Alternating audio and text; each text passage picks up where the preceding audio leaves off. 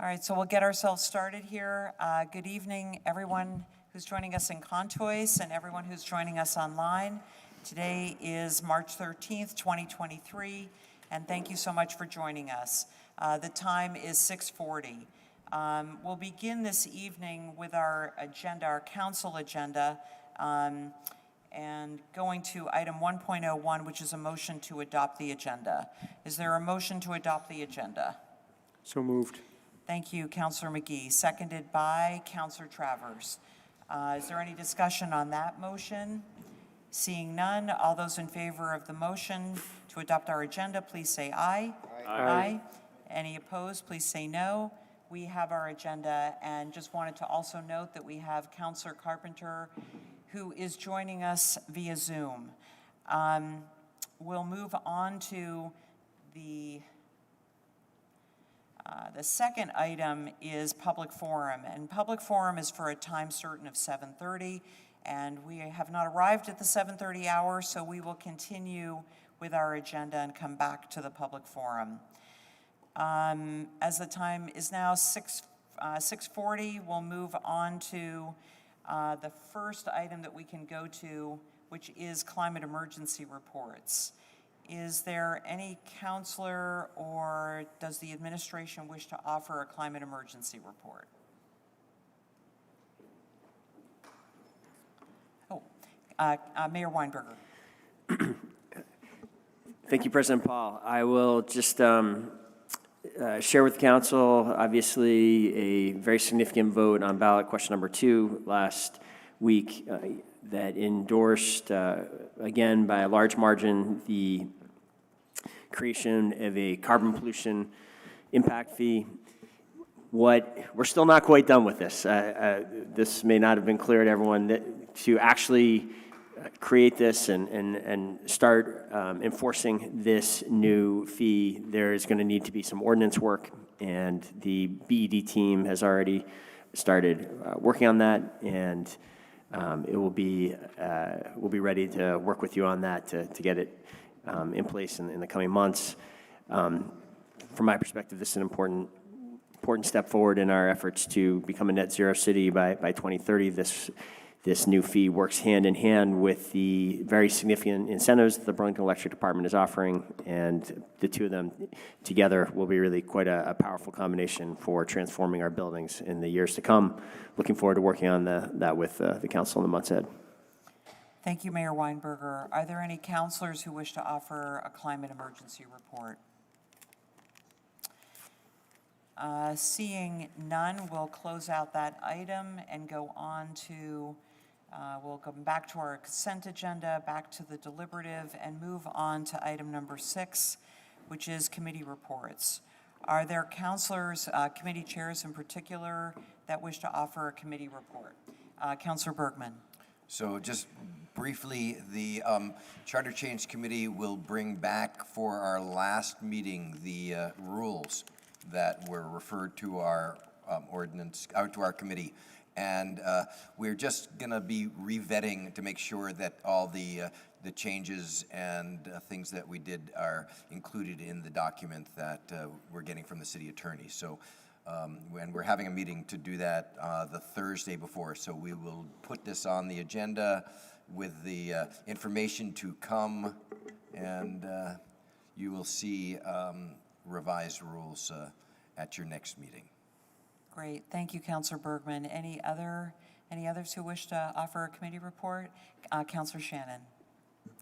Thank you, President Paul. The License Committee will be meeting on March 22nd at 3:30, and among our more typical aside from our more typical items, we're also going to be discussing the matter of the Cannabis Local Control Board. And the fact that it seems to waste a lot of council time, subcommittee time, staff time, and worst of all, it is simply an obstacle that lengthens the amount of time that applicants, for an applicant to actually get licensed. It's a hoop that they have to jump through that is a guaranteed yes, because we're not allowed to vote no. So we're going to be discussing what to do about that, and if anybody wants to weigh in on that, please contact a License Committee member or Cannabis Local Control Board member. Thank you. Thanks very much, Councillor Shannon. Councillor Jang. Thank you, President. The Racial Equity, Inclusion, and Belonging Committee will be meeting on the 21st at 5 o'clock in the Busher Room, and we will be looking into the mission statement of the committee. We will also be talking a little bit about Juneteenth celebration and also receive update around the strategic planning of the roadmap for the city of Burlington around racial equity, inclusion, and belonging. Thank you. What time is the meeting? 5 o'clock. 5 o'clock. Yeah. Maybe you said that. I apologize. No problem. Any other? Oh, I'm sorry. Councillor McGee. Thank you, President Paul. The Public Safety Committee has been working in collaboration with the Police Commission and the Police Department to amend certain department directives as recommended by CNA's operational assessment. We will be working with the Police Commission later this month to review some of the work that's been done on those, and would hope to finalize that work in April. At our next Public Safety Committee meeting on March 23rd at 5 o'clock, we will be working to finalize the committee's report on all of the CNA recommendations, which, if all goes according to plan, will come back to the full council for a presentation and vote on the 27th. So look forward to bringing that back. Thank you. Great. Thank you, Councillor McGee. Councillor Barlow. Thank you, President Paul. The Transportation, Energy, and Utility Committee will be meeting on Tuesday, March 28th at 5 p.m. at 645 Pine. We don't have a complete agenda yet, but we will be having the airport leadership back to talk to us about the emission inventory that they're planning to do. Great. Thank you, Councillor Barlow. Any other? Councillor Travers. Thank you, President Paul. The Ordinance Committee does not have a meeting scheduled at the moment, although before our committee is pending the proposed zoning changes for the South End Innovation District. I think consensus has come to that because this is likely to stretch over multiple meetings, that we will meet on this upon the next city council term beginning. So folks are tuned in to the status of those proposed zoning amendments. We are looking to potential meeting dates in mid-April for us to begin as an ordinance committee our consideration of the South End Innovation District proposed zoning amendments. The other piece I will add in my role as chair of the ordinance committee, but I know it involves Councilor Bergman as well as chair of the Charter Change Committee, is that this council did pass a resolution committing us jointly to continuing to consider proposals on police oversight and accountability in the event Burlington voters rejected the Question 7 proposal on a community control board. Given the results from town meeting day, we are now obligated, and I'm glad to do so, to continue this vital, important discussion. I know I've already been in touch with Councilor Bergman, and we'll be working to coordinate plans not only between our two committees, but also how to best bring in other community stakeholders and organizations as we continue to consider this issue. Thank you. Great. Thank you, Councillor Travers. Seems as though we've covered just about every committee. So I think we can probably close that out and go on to item 7, which is City Council General City Affairs. Are there councilors that wish to offer comments on general city affairs or community updates?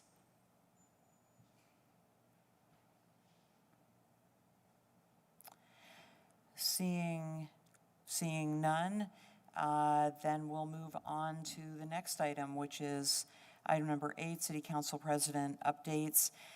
The only update that I have is that I did see, the Flint Theater is pretty dark, and it's possible that I didn't see everyone that was at the public safety event. I saw a couple of city councilors at the event. It was a great conversation with some national experts on police oversight and accountability.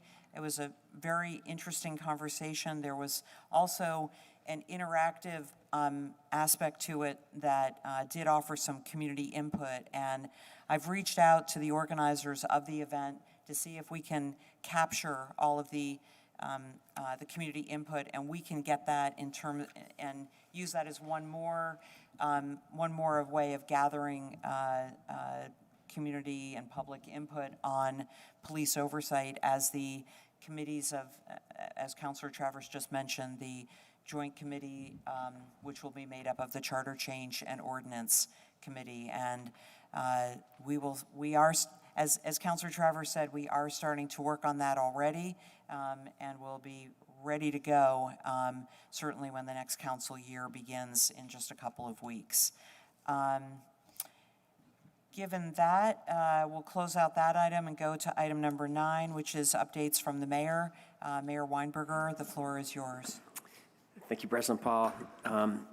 Just one item from me tonight. Exciting event coming up this week that I intend to be at, and I'm sure there'll be counselors there as well. The Burlington School District will be moving forward and having its groundbreaking of the new Burlington High School on Wednesday, and it's a very important project for this community, one overwhelmingly supported at the polls, and it's exciting to see it reaching this milestone. There is also, I will share, a lot of discussion in Montpelier, attempting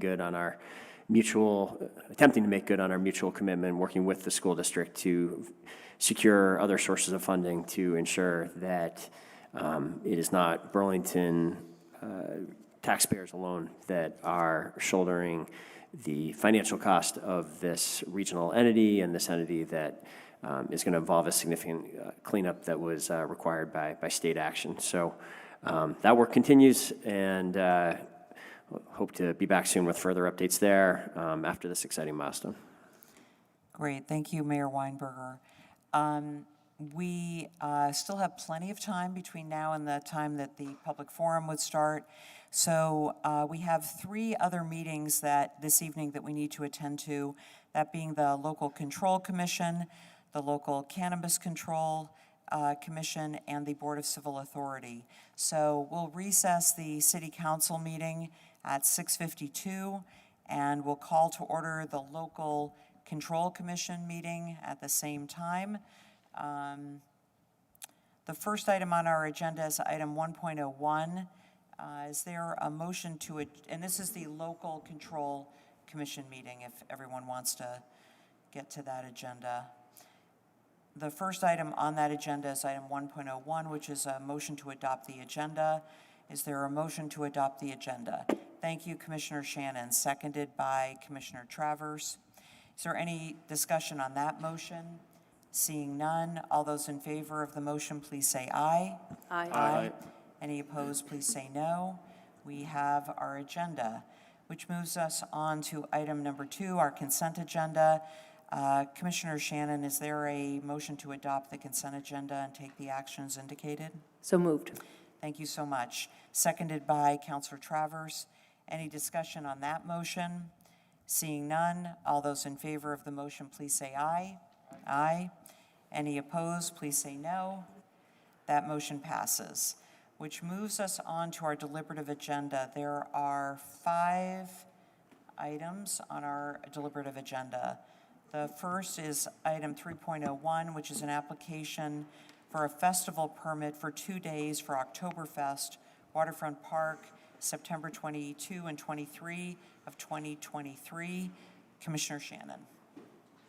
Move to approve the 2-day-only festival permit application for Oktoberfest at Waterfront Park, Friday, September 22nd, 6 p.m. to 10 p.m., and Saturday, September 23rd, 5 p.m. to 9 p.m. Thank you, Thank you, Commissioner Shannon. Seconded by Commissioner Travers. Any discussion? All those in favor of the motion as made by Commissioner Shannon, please say aye.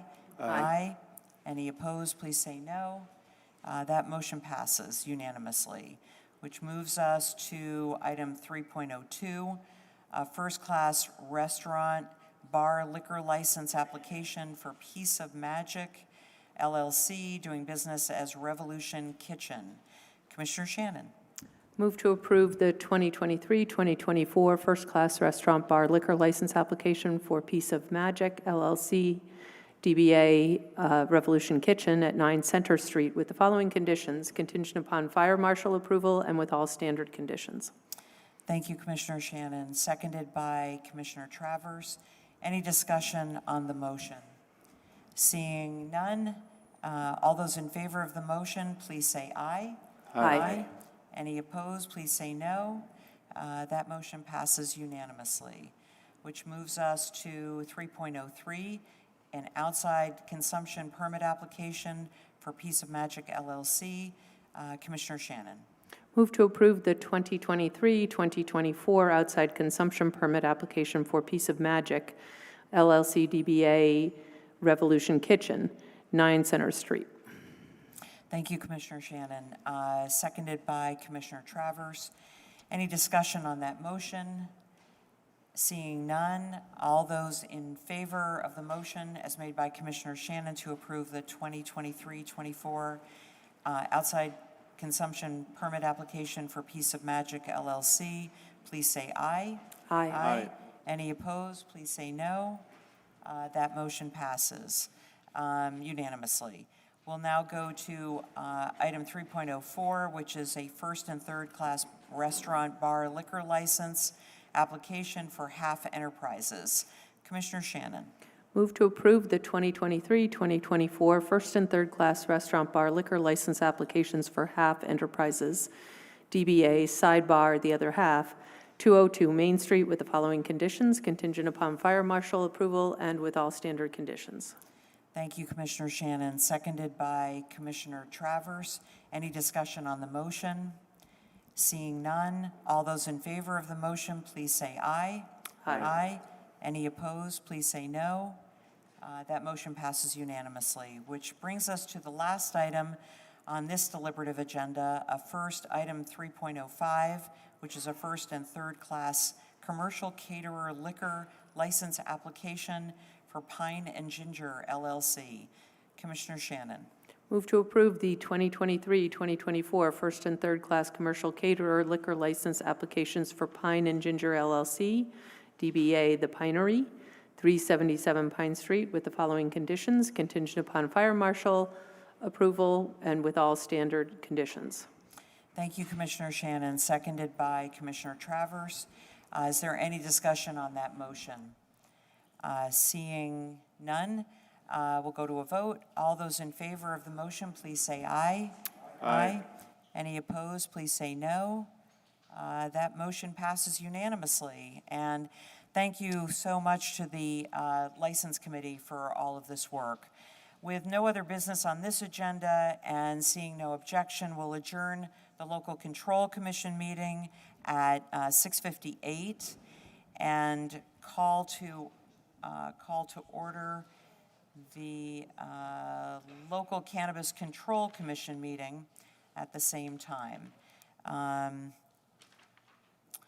The first item on that agenda is item 1.01. Is there a motion to adopt the agenda? Move to adopt the agenda. Thank you, Commissioner Shannon. Seconded by Commissioner Travers. Is there any discussion on that motion? Seeing none, all those in favor of the motion to adopt the agenda, please say aye. Aye. Any opposed, please say no. That means we have an agenda. And our next item is item 2, which are three 2023 local cannabis control applications. Before we go to the applications, I don't know if there are any of the applicants present this evening. Members of the control, there is one. Are either of you aware of, all three of you? You actually are all three of you together on the License Committee. Are there any others that you know of that are present? Because I do not see anyone online. Okay. All right, so what we have done, this is an odd situation. We, as has been pointed out, we don't really have a whole lot of authority, but we do have to vote on these. And what we've done in the past is, while Applicants are under no obligation to disclose their business information. We invite them to come forward, introduce themselves, along with any information that they wish to pass along about their business. It's an opportunity for our version of a little free advertising. If you would like to, and again, you're not under any obligation to do so. Yes, please. And just make sure that you press the button that's right in front of you on the microphone that says push.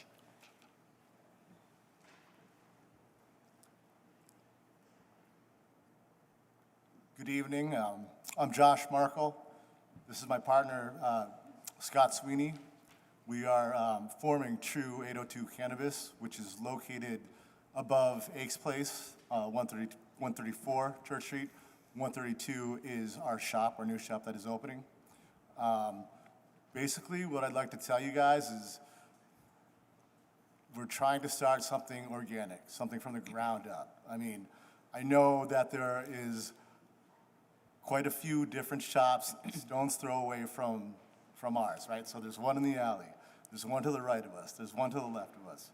And I can assure you, like, we definitely wish success on everybody, but our plan is completely different than what these other shops are selling. So just not getting too in depth on it, but you know, we look at it as just advocating for the farmers, for the consumers.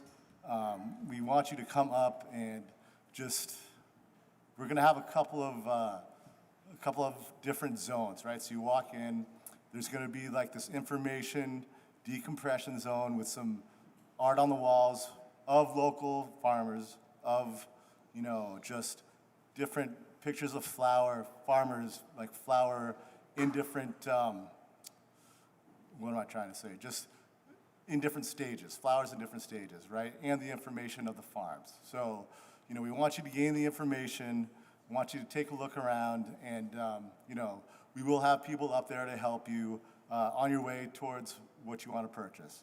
So again, you know, it's totally an interactive kind of thing that we're trying to work with right here. So that's just a little bit of what I have to say. So. Great. You're good? Yeah? Okay, wonderful. Thank you so much. Thanks for being here. Okay. Are there any other applicants? There were 3 applicants, Float On, the Herb Closet, and then you as well. Are there any others that are here? And again, you're under no obligation to do this, but it's just an opportunity to introduce yourself to the community.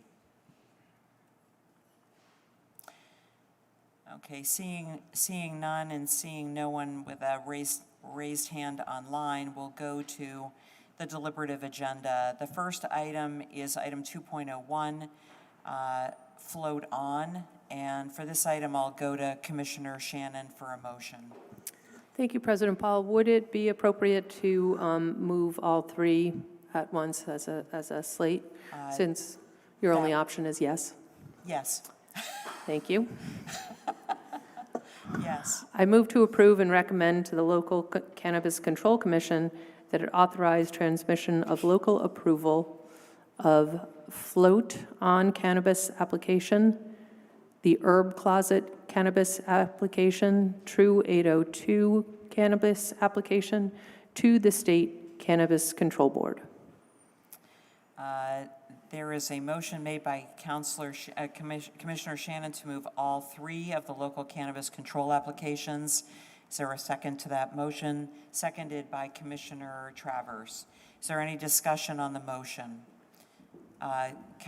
Commissioner Travers.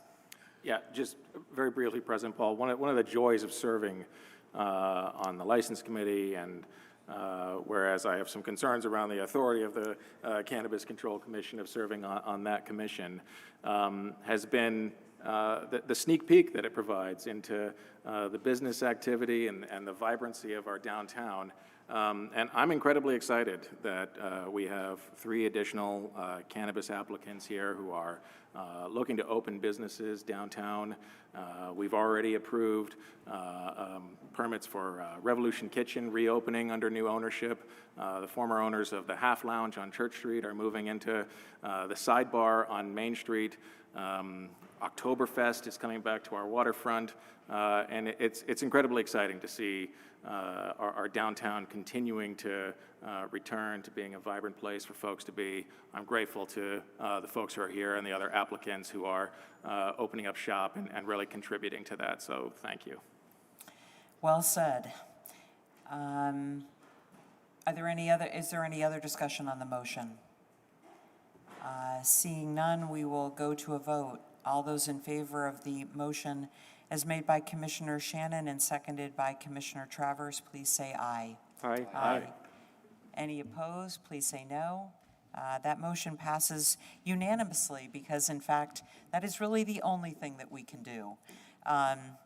With no other business on this agenda and seeing no objection, we'll adjourn the local Cannabis Control Commission meeting at 7:05.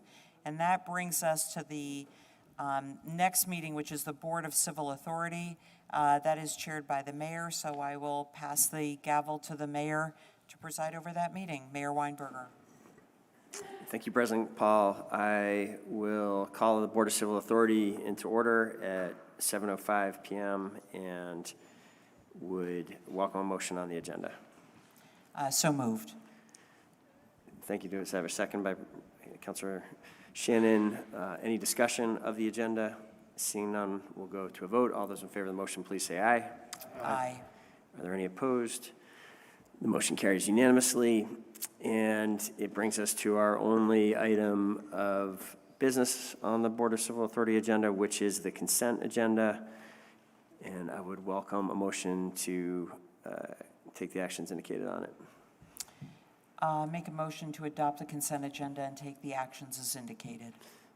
Thank you. Seconded by Councilor Shannon. Any discussion of the consent agenda? Seeing none, we will have a vote. All those in favor of the motion, please say aye. Aye. Any opposed? The consent agenda carries unanimously. And with that, we have completed our agenda and without objection are adjourned at 7:06 p.m.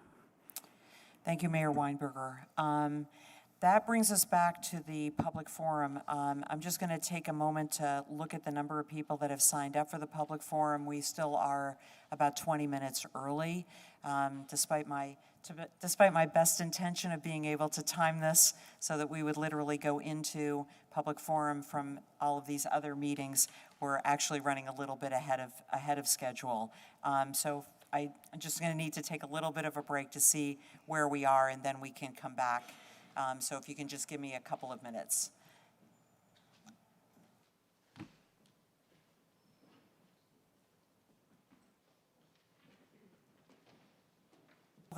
Fill one out and bring it to the clerk, who is also to my right, in the front of the room. If you wish to speak via Zoom, you can go to burlingtonvt.gov, City Council Public Forum, and a form will come up. Just complete the form, and your answers will come into a spreadsheet that I have right in front of me on my computer. That way I can call on you in the order in which you signed up. It has been our practice that Burlington residents will have first priority. We'll go to Burlington residents in Contois first, and then to Burlington residents online, then back to non-Burlington residents in person who are here in person, and we will finish with online Burlington residents that are joining us online. During public forum, we make one request of everyone that speaks at public forum, other than keeping to the time limit, and that is that you please use respectful language. I'd like to remind everyone who's here in person and online that there are families who watch our council meetings live, and they do this to to instill in their kids and in their families a connection to civic engagement. We ask that you think about that when you are making your comments. Please direct them to me as the chair and not to anyone else at this table. Please do not personalize your comments.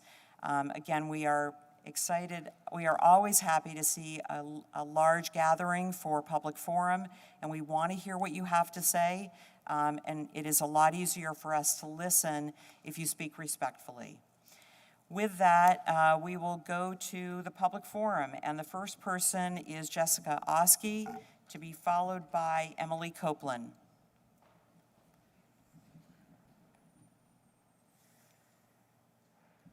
Good evening.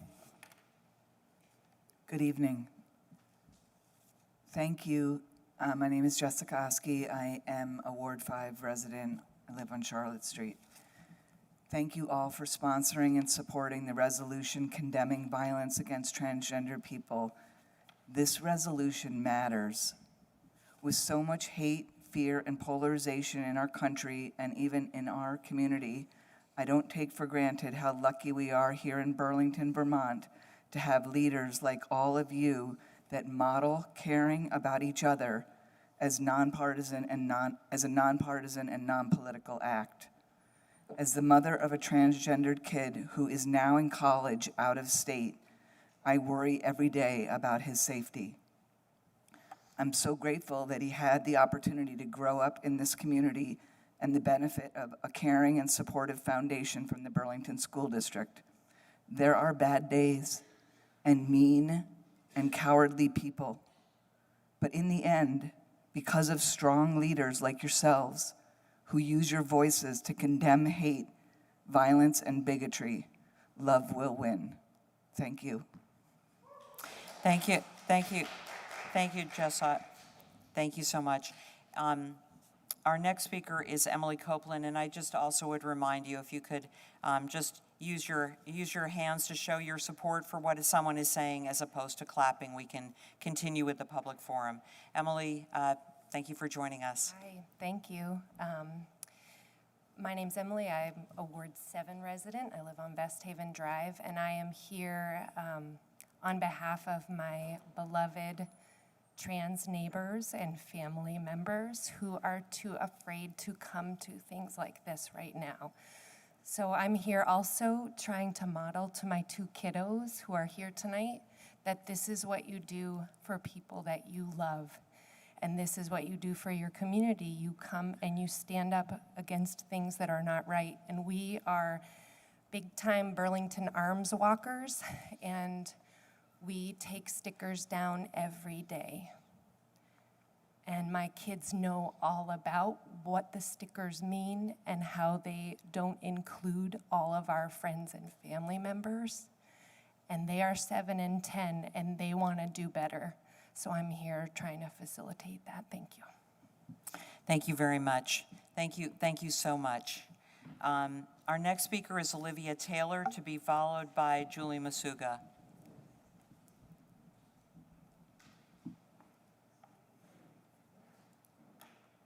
Good evening.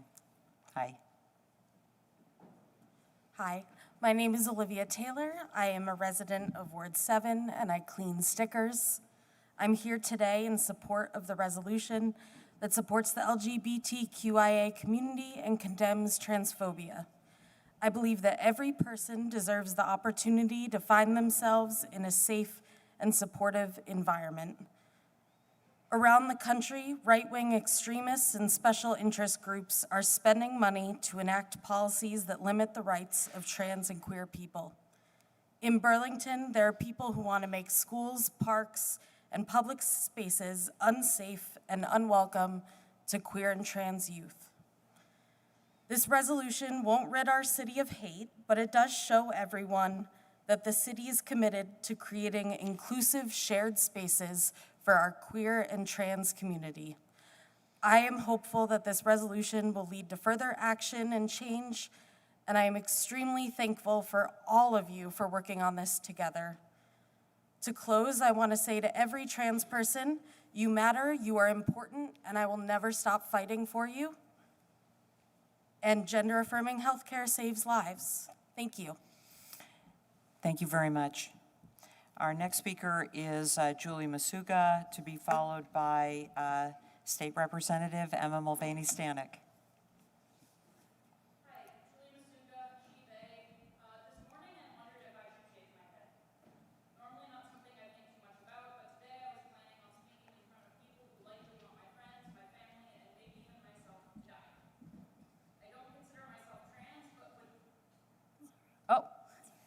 I don't consider myself trans, but would making myself more masculine make me more of a target? And this was after convincing myself to come to city council in the first place. I've been quiet for some time, though I used to come here constantly and even ran for office. Part of it was just life getting busy, and part of it was fear. We've all seen the stickers, the podcasts, the tweets, and then things escalated. Vermont's GOP attacked legislators who were trying to help young people get access to gender-affirming treatments. Shortly after these threats, Fern Feather, a trans person from Montpelier, was stabbed to death. A week later, someone threw a brick through the Pride Center's glass door. Transphobes with cameras harassed people at the Pride March and then came to antagonize and berate children at a charity fire truck pole. They insist that the parents of trans children should be put in prison. They brandish guns in an attempt to intimidate. They try to incite violence and with the hope of filming the aftermath. We've encountered many of these incidents, our little community safety group, de-escalating and planning escape routes in the event of a shooting. Every time we do so, we feel our intestines turn to stone. We wonder if our trans family will come home with us that night or if they'd be murdered like Fern was. But we know that the distress of not being able to live as openly trans causes high rates of suicide. Gender-confirming care is one of the least regretted medical procedures that exists, and a tiny fraction of our percentage of people who do detransition do so mostly because it is too hard or dangerous to exist as openly trans in our society. But here we are, with the fear in the back of our minds that the trans folks among us might be killed. The first time I heard someone announce their pronouns, I was confused and admittedly annoyed, but I grew up. I freed myself to wonder about what gender I wanted to be, and it turned out I didn't want to be any of them.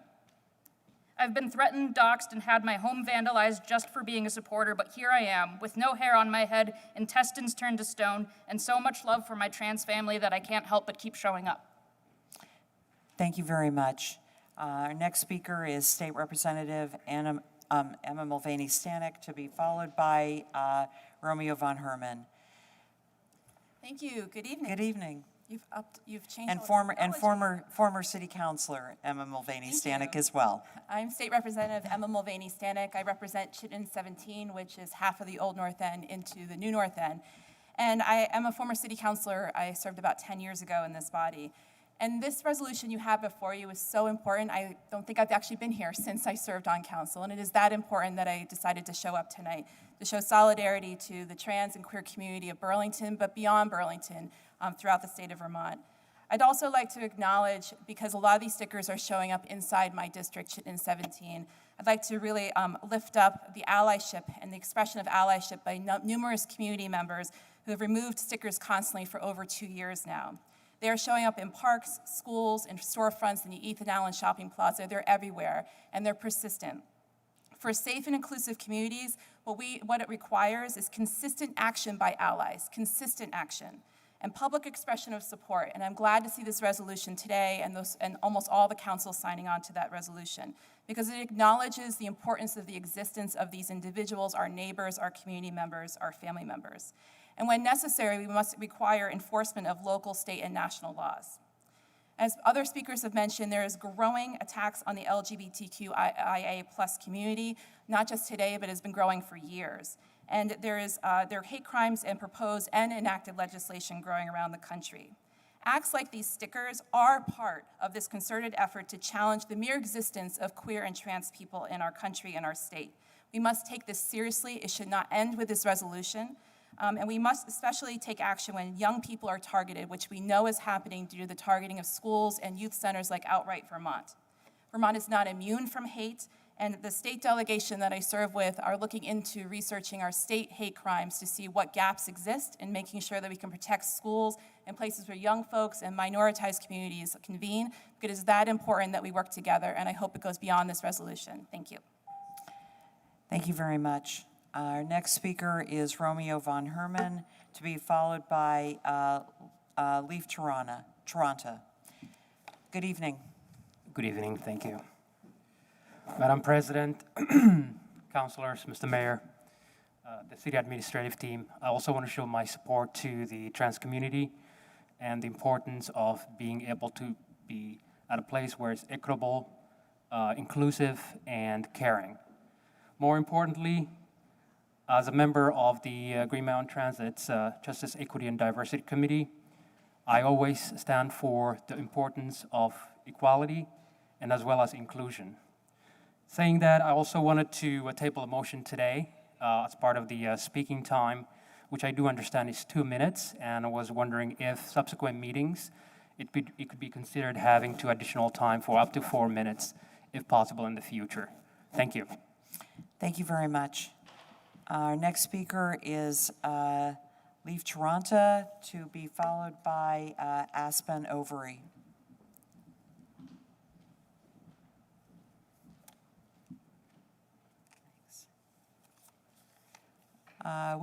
We can come back if anyone knows whether or not this person is still here.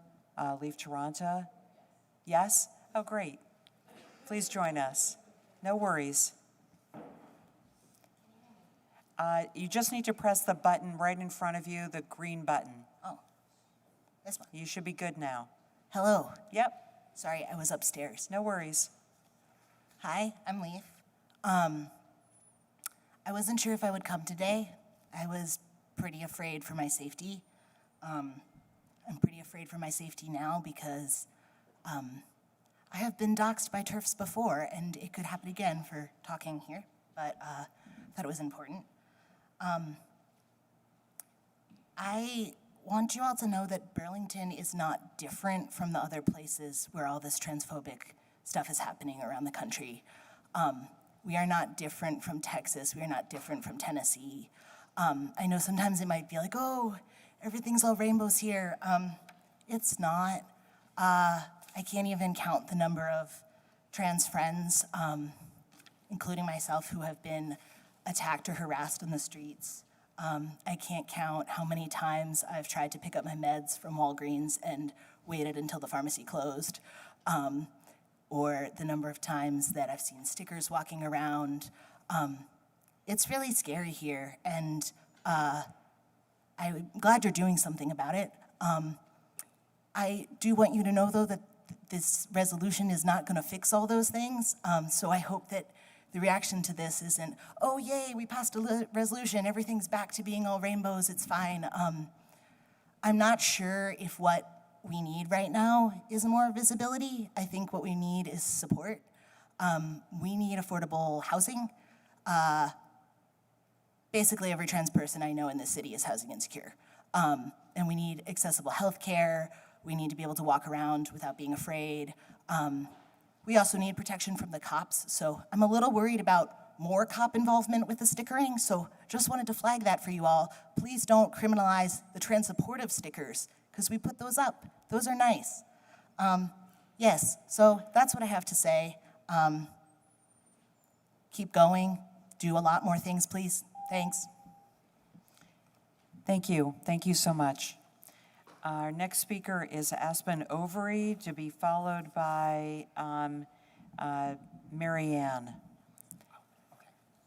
Either one will work. Okay, sorry, my bad. Okay. Hi, my name is Aspen Overy, and I'm here to speak on issue 5.07 in support of the queer community. A few weeks ago, I held a vigil for Brianna Gay on the steps of this very building. Brianna is a victim of the same violence that is infecting this country, that is infecting the world, that is reaching its tendrils into this city. It's a violence that is attempting to strip the autonomy, strip the lives, and strip the dignity of trans people. And I want to say this is nothing new. We have been here before. In Germany, the Magnus Hirschfeld Institute was one of the first to have its books burned. Because of course it was. Us as trans people, we have the power to define ourselves, the power to reach into ourselves, to reach into the social fabric and craft our very being. And now this bill wouldn't change anything. This is functionally a symbolic bill. And Burlington needs to do far, far more to be a safe harbor for trans people and the families that are coming and will come. But what this does do is send a valuable message, and is a message I hope to echo here, that as long as there is breath in my lungs and life in my body, I will fight for my liberation and fight for my autonomy to have control over my own life. My siblings and I have the basic right to dignity and a basic right to live free from the fascists here. We will not go back. We will not be silent. We will not be eradicated, regardless of what these monsters would like. Trans rights now, trans rights forever. I yield my time. Thank you very much. Our next speaker is Marianne, to be followed by Christopher Aaron Felker. Fuck you, Felker. Hi. I'm Marianne Ward from Ward 7.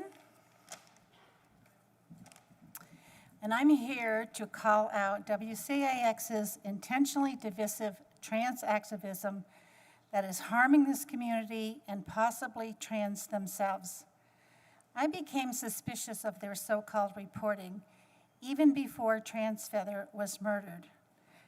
I noticed then how much more time they were giving to the story than other news outlets. Then the story, with the help of the Pride Center and activists, developed into bullies are causing trans suicides. Detransitioners tell a different story. In the last 7 days alone, very influential CAX has poked the hate bear with 4 filler trans stories.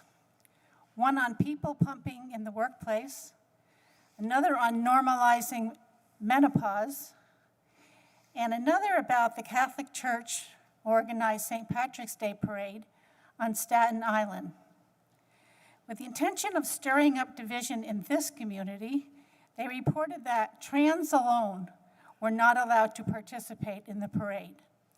The honest story is that for the second year, LGBTQ was not allowed to carry their banner. The parade, after all, was all about things Irish. I complained to CAX about their activism. I received a very angry and hateful email in return, accusing me, predictably, of being transphobic and hateful. As I see it, WCAX is intentionally stirring up haters to manipulate this community and all of you. They need to stop their irresponsible, misleading, and excessive trans activism.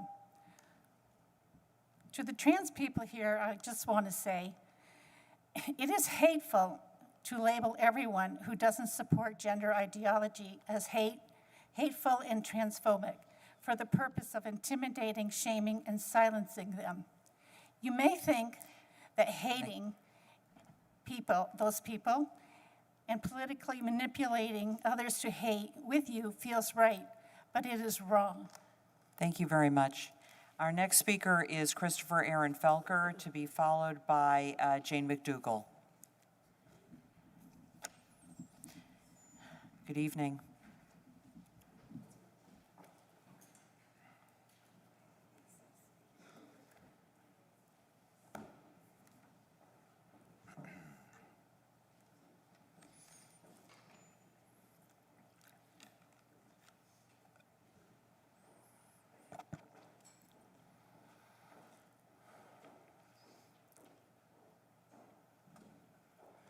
Good evening. Stickering campaigns are common forms of free and political speech. We didn't invent stickering campaigns. We learned them from you all. This resolution contains multiple references to so-called transphobic stickers, which made me realize that many may actually not know or be aware of what the written content of these stickers is. These stickers state such controversial phrases such as, "I defend women's sports spaces and rights. Listen to detransitioners, and no one is born in the wrong body." It is objectively obvious that this is constitutionally protected speech on an area of public concern. To those who demand that government censor, track, and target individuals because they deem their statements to be offensive know this: we do not censor or criminalize speech in this nation because it offends. That's simply not how this works. Furthermore, the threat of state violence to attack and suppress political speech here is extremely chilling and has been interpreted by members of my LGB alliance as another escalation by this administration. Stickering campaigns are utilized in this very city by such organizations as Black Lives Matter, Cop Watch, pro-choice organizations, CEDO, the AFL-CIO, and Ramble, even the transgender community. So if the city wishes to crack down on graffiti, they can crack down on everyone, but they won't, and we are not backing down. Thank you.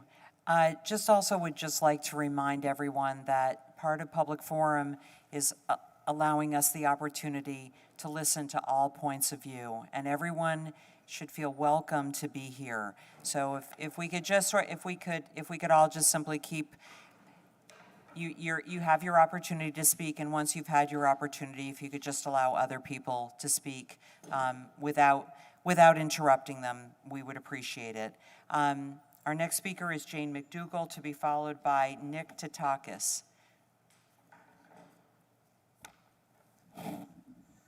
Hello, how are you? I'm here to speak about the sidewalks on Cherry and Pine. The wheelchair ramp is busted, and the sidewalks where I live at Cathedral Square are not in the greatest condition. I was told that Cherry Street and the sidewalk was going to be ripped up to be physically having new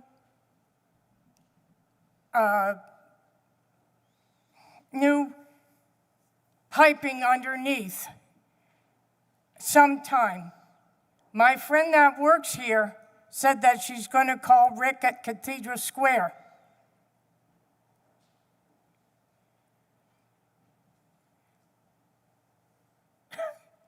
I thank you very much. Thank you so much.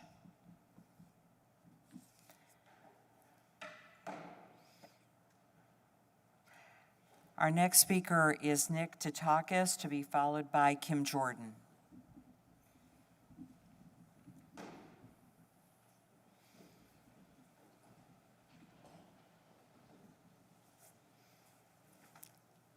Hi. Oh, All you need to do is just make sure that the microphone in front of you is on, and if the green light is on, then it's on. Hi, everyone. My name's Nick Tatakis. I am a member or resident of Ward 3. I was inspired to come here tonight because of the resolutions that my counselor, Counselor McGee, highlighted for me. So I want to start by saying that I'm proud to be a member of the LGBT community and proud that my counselor is supporting these resolutions tonight. I'm proud of my LGBTQIA plus community members for speaking up tonight and sharing their stories. Specifically, I would like to voice my support for Resolution 5.08 and the portion of it reiterating the call for overdose prevention centers. I am a public health professional, and I have a history of working in Philadelphia in the harm reduction space, and I know that harm reduction works and harm reduction saves lives, and I would be a proud Burlingtonian if we had an overdose prevention center. I know that overdose prevention centers are especially important for people who are in extra precarious circumstances after a period of abstinence, and that period can be voluntary, it can be made mandatory, and if they return to use, they're especially vulnerable to fatal overdose. And I believe that overdose prevention centers work, safer consumption sites work, harm reduction works, empathy works, it all saves lives, and so I implore you to continue the work to find how you can bring more of that into Burlington. Thank you.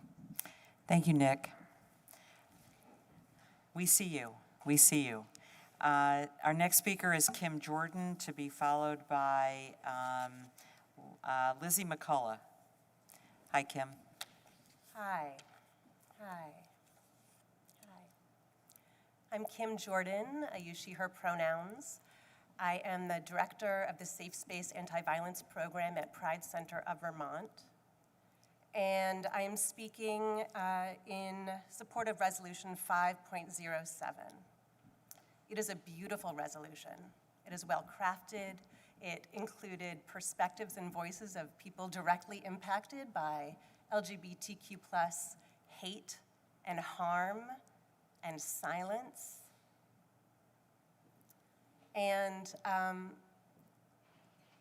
also want to acknowledge that it was created with accountability and support. And visibility isn't always safe, right? And we all want to be in a place that we feel seen and supported to be who we are. Over 2 years ago at Pride Center, we were alerted to these stickers in the New North End that are non-binary, gender non-conforming, trans residents and siblings felt minimized their human rights, and they felt unsafe. In that 2 years, escalating hate and harm in our communities, in our country, has escalated, and so it is only natural to draw the line that that harm that is happening to folks in other parts of the country is just going to be here unless this body, this city, stands up and says, not here, right? That act of visibility, of opposing harm and hate is vital. And it might not be able to be legislated away, but it can be loved away. And we need you to stand up and say, not on our watch. Harm and hate, not on our watch. We're all gonna cause harm accidentally, oops, but intent to harm, and saying some people are more human than others, it's not okay. So I invite you to pass this resolution as someone who's queer and as someone who works for a statewide organization against hate and harm. Thank you. Thank you very much. Our next speaker is Lizzie McCullough, to be followed by Kel Arbor. Welcome. Hi, my name's Lizzie. I'm a Ward 3 resident. And I just wanted to come here and speak about my sister, who's trans, and who I love very much. She's creative, and she's intelligent, and she's beautiful, and she's kind. She's a performance artist, and I wanted to share a quote from one of her pieces, which is a monologue addressed to herself the year she came out. I want you to know that as the years go on, it will get easier for you to exist as yourself, to assert yourself, but it will not get easier for your grandpa or for anyone to continue to label you with images that only become more obscure. The people in Vermont and in this country who deny the existence of trans people refuse to understand that trans people are here and they always have been here. They refuse to see the humanity and the joy in people who find the strength to assert themselves. And they refuse to see their own hypocrisy as they use bad faith rhetoric about women and children's safety to enact violence on people who deserve to live their lives in peace. Yeah, that's all I wanted to share today, but thank you. Thank you very much. Our next speaker is Kel Arbor, to be followed by, I'm sorry, my apology. Oh, go ahead. I got myself out of order, but that's all right, please. Yeah, it's okay. Please, welcome. I work in Burlington, too. That's okay. My name's Kel Arbor. I use warrior and they pronouns. I work at the Pride Center of Vermont as the director of the health and wellness team. I also came out in Burlington. I was assigned female at birth, and in the late 90s, Burlington became a refuge for transgender, non-binary, and non-binary, gender non-conforming people. We are so diverse in who we can be. And Burlington has been a beacon. We've been a mediocre, pretty good beacon. We've been a beacon for LGB people, but the TQI of us are not being served well in this state. I live in Montpelier right now, and I agree with everybody who's saying that the hate is happening everywhere. I see it everywhere. I drive around the state. My neighbors are petrified. I don't move in that fear because that fear can't exist in my life. We have to move in liberation, and to have that support and that space to be our authentic selves, we need these resolutions to support transgender neighbors and community members and stop this hate speech. The number of people that come to the Pride Center because they have had a traumatic life event. I almost died of an AIDS diagnosis. We are taking our own lives. We are leaving this state for other states because we don't feel safe here. I want us to be better than good. I want us to be who we can be, not just who we are being now. I want us to dream of a space where the youth, their beautiful, diverse, incredible identities, that we support them. Our bodies are our choices. We leave the womb, and we need other people to help us support our freedom when we're young. We're standing up for all the young people here. We never had that as kids. I'm 45. To imagine that I could have been supported and didn't have to struggle and go through such pain and trauma. But Burlington gave me a safe space. We are not doing that for everybody, and this resolution could help. Thank you very much. Our next speaker is Mark Montalban, to be followed by Todd LaCroix. Welcome. Evening, my name's Mark Montalban. Identify as a cis man. But also identify is that I have members of my family who were killed in the Holocaust and those who fought against fascism in Italy. And the thing that I find interesting, and I've been to Germany, and why certain types of hate speech is not allowed is because how hate speech manipulates, spreads fear, and convinces people that their neighbor, their co-worker, even their relative needs to be eliminated. I think there's two areas I want to talk about very briefly in Burlington. Progressive areas, and many people came here for many reasons to Burlington, for social justice but not to be harassed, are being pigeonholed and attacked. Whether it's Berkeley, Boulder, Santa Fe, Montpelier. Strategically, hate groups are coming after what was considered safe. This resolution is good because it's a path in the right direction, but I think we have to go further and consider a sanctuary city. You may not realize how many people are coming from Texas, Kansas, other places. People who have been threatened, harassed, their kids have been threatened, who have been transitioning, who are coming here literally seeking freedom. It's no exaggeration. So I think part of what Burlington needs to do is collaborate at other quote-unquote progressive-minded areas and strategize. Another factor I want to point out very quickly, I was told not to come here because it may impact my business. I'm a cultural vendor. I do a lot of business and trades in the New North End. And there are people in our part of town who actually would like to eliminate transphobic people who told me that because I am supposedly one of them. I was even called a traitor because I'm considered a heterosexual male. So let's really look at what's going on. There are, I would say, at least a couple hundred people within our city who want to eliminate folks they are in fear of. I will say this is a pandemic, and as in a health pandemic, this city better take this pretty damn serious, because I'm hearing language that those from my grandmother's generation heard in the 1930s. I hope that sinks in. Thank you. Thank you so much. Our next speaker is Todd LaCroix, to be followed by Lee Morrigan.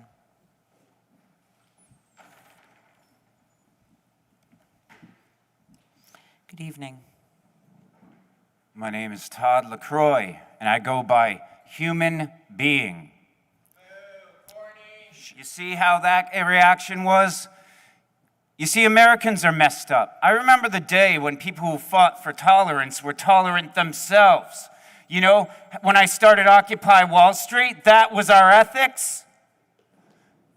Now, everybody has a problem in this country. The selective outrage that's going around.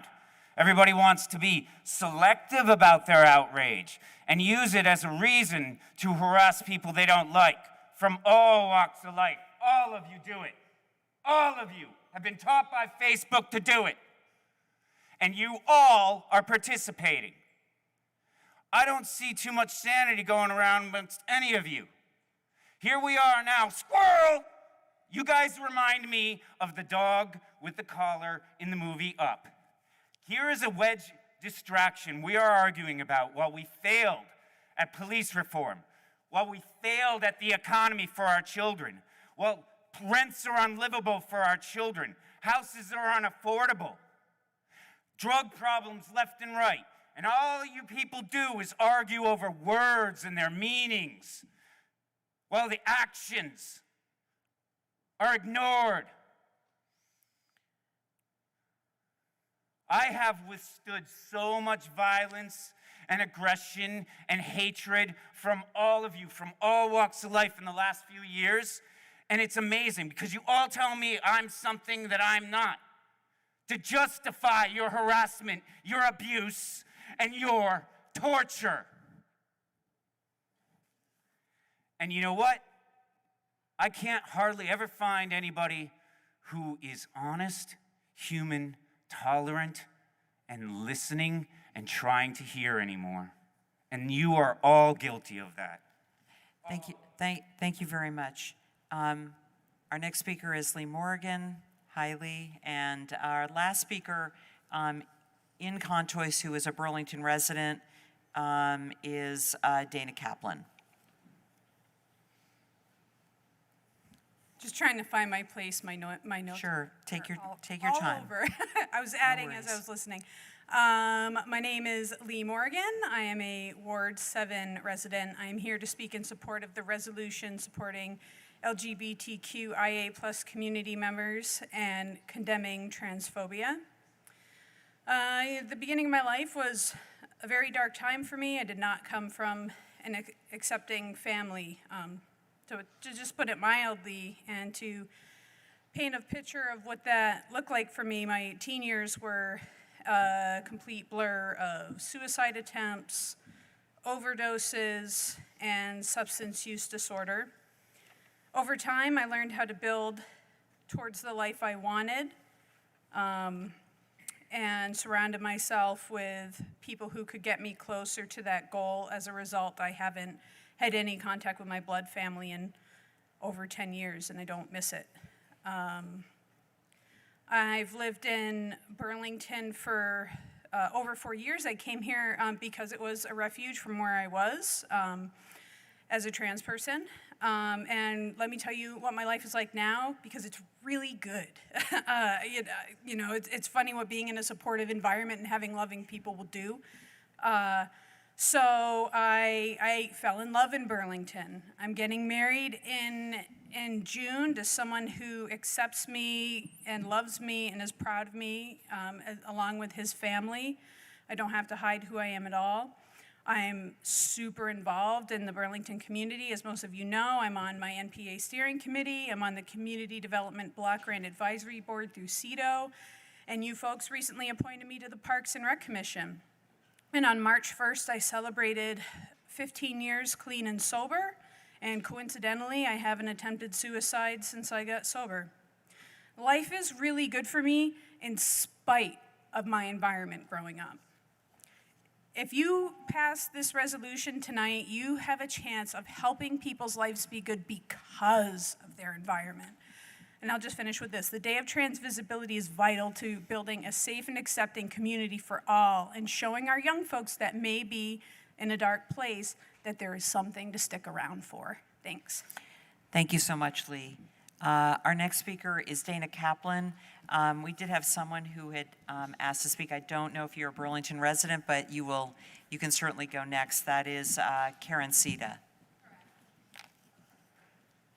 Hey folks, my name is Dana Kaplan. I use he and him pronouns, and I'm Outright Vermont's executive director. I forgot about the time limit, so I'm gonna read fast. For over 30 years, Outright has worked tirelessly to build a Vermont where all LGBTQ youth have hope, equity, and power. In the recent months and years, we've seen a rise in aggressive anti-trans hate. We must understand that these attacks are attacks on our rights, our lives, and dignity, and in the proper context as real and escalating threats to public health and safety. A coordinated nationwide effort is underway to erase and disenfranchise trans people. According to the ACLU, 409 anti-LGBTQ bills are currently active in the United States, most of which target trans youth. For Vermont youth, the national landscape forms a horrifying backdrop to the struggles that they face every day in their schools and communities right here. Trans youth have been targeted online by peers and authority figures, singled out for false and defamatory media attention, their identities weaponized by adults who care more about making a political statement than about their well-being. The kids are not all right. The stickers plastered around Burlington's neighborhoods constitute an anti-trans hate campaign, and it's just one more tactic among many that aims to tell Vermont's LGBTQ youth that it's not okay to be who they are, that they are not valued or cared for or allowed to exist. In Vermont, according to the 2019 YRBS data, we know that LGBTQ youth are 2 times as likely to have been bullied than their peers, 3 times as likely to have skipped school in the last 30 days because they didn't feel safe going to school, and 4.5 times more likely to attempt suicide in the last year. As adults showing up for LGBTQ youth, it means taking visible and vocal action against hate, supporting them in facing day-to-day challenges, and taking decisive action to create communities where they are not only safe, but seen, celebrated, and loved. This moment demands urgency and decisiveness. It's time for the administration and city council to break its silence and show LGBTQ youth that their lives matter and that Vermont is a place where they belong. I want to thank the Burlington City Council for taking up Resolution 5.07, and for LGBTQ youth watching and listening, know that we are here for you, that you are loved, respected, cared for, and adored for exactly who you are. You are worthy of a world of possibilities before you, and we are here to help you. Don't hesitate to reach out to us. Thank you so much. Thank you very much, Dana. Our next speaker is Karen Sita, to be followed by Jess Kell. It's Karen. Hey, I'm Keren. Okay, yeah, I see that. I see that. Welcome. I'm not a Burlington resident, but this whole state belongs to me, so I can speak for the state. And for the people, the Africans that are not here, the Asians that are not here, the immigrants that perhaps don't have the English to speak up and say, this is not normal. And we are here to fight for people who don't want to normalize the unnormal. Now, I understand we all want to be ourselves, but you know there are women that are suffering too that we get to really find a solution for them. I'm fighting for the women that enjoy penises. I'm fighting for the women that enjoy going to dress shops and being only with women and not having to subject ourselves to men or whatever they claim to be. I mean, yes, be yourself. However, why make it law? Why have to force us to follow their will? You know, this is democracy. That means no one can impose their personal will on you. And you know, many times, many times, this issue is being imposed on us. There are many people, whether they like to admit it or not, you know, for me, I speak the truth because I'm gonna do what I need to do in this life, and then I'm going back to where I belong, heavenly places. So I'm just here to do my thing. Now, it's whatever. I'm still a woman. Anywho, the point is, this is the time for us to look at what is morally right. I'm a student at the Harvard Kennedy School. We study morals all the time, moral leadership. Are you guys doing what is morally right? Now, Vermonters call me a lot of things. They don't call me religious, okay? So this is not a religious issue. This is not a whatever they want to claim. This is what's morally right. We are women that want to be women. There are a lot of Africans that are highly uncomfortable with this. There's a lot of Nepali people that are highly uncomfortable with this. A lot of Vietnamese community that are highly uncomfortable with this, but yet they don't have the English or the spunk or the ability to come up and say, hey, we disagree. We don't want our children around this. We don't want to be subject to this type of stuff. So this is time for our leaders to think about the future and Vermont in general. Yes, we want to be open, but if that means suppressing other people's will to ensure that one other person's will is more advanced than others, then we really have to think about this. Hi, Mario. Hi, Mr. Mayor. Nice to see you. Thank you so much. Our next speaker is Jess Kell, and then I believe we will go to Burlington residents online.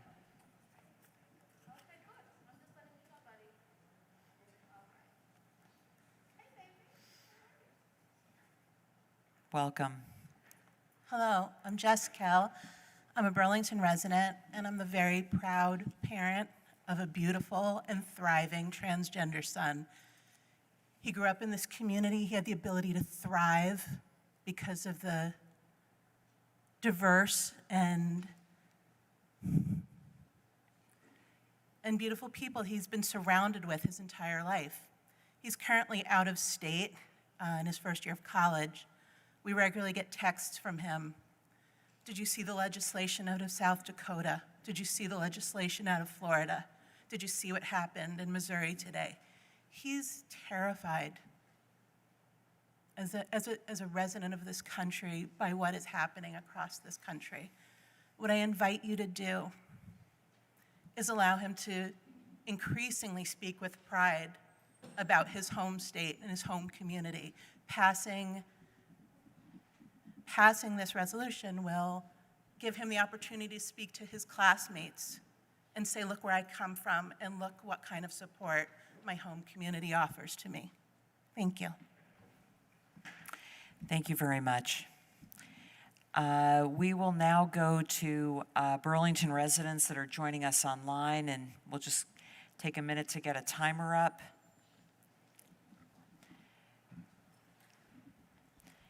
And the first speaker who is joining us online is, I'm probably not pronounce his name correctly. It's Thomas Maggie, and you'll correct me if I've gotten your name wrong. I have found you and enabled your microphone. You just simply need to unmute on your side.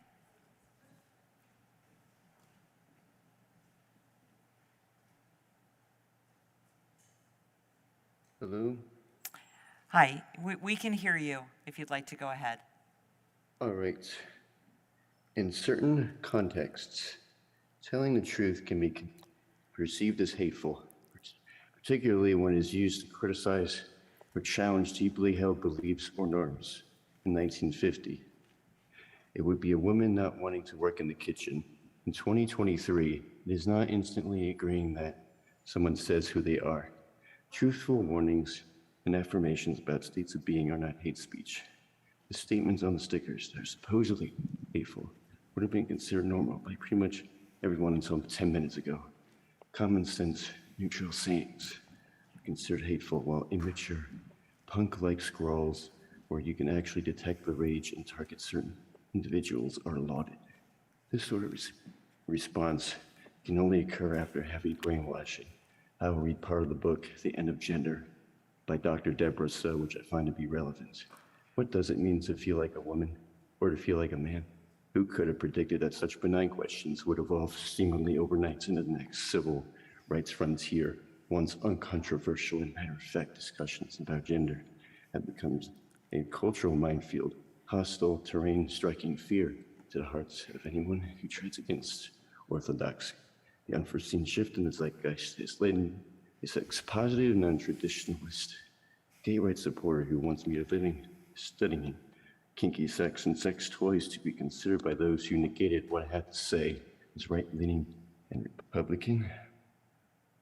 Also, there's a Babylon Bee article that says historians stumped how kids throughout history did not commit suicide despite having no access to gender surgery. Thank you very much. Our next speaker joining us online is Bill Ogen. And Bill, I have found you and enabled your microphone. You can go ahead. You're just unmuted on your end. Or just muted, I'm sorry.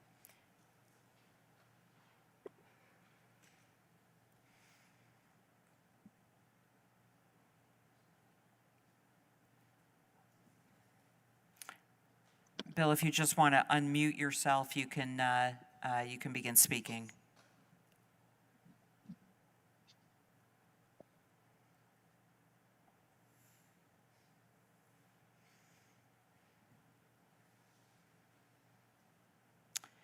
All right, we'll go on to the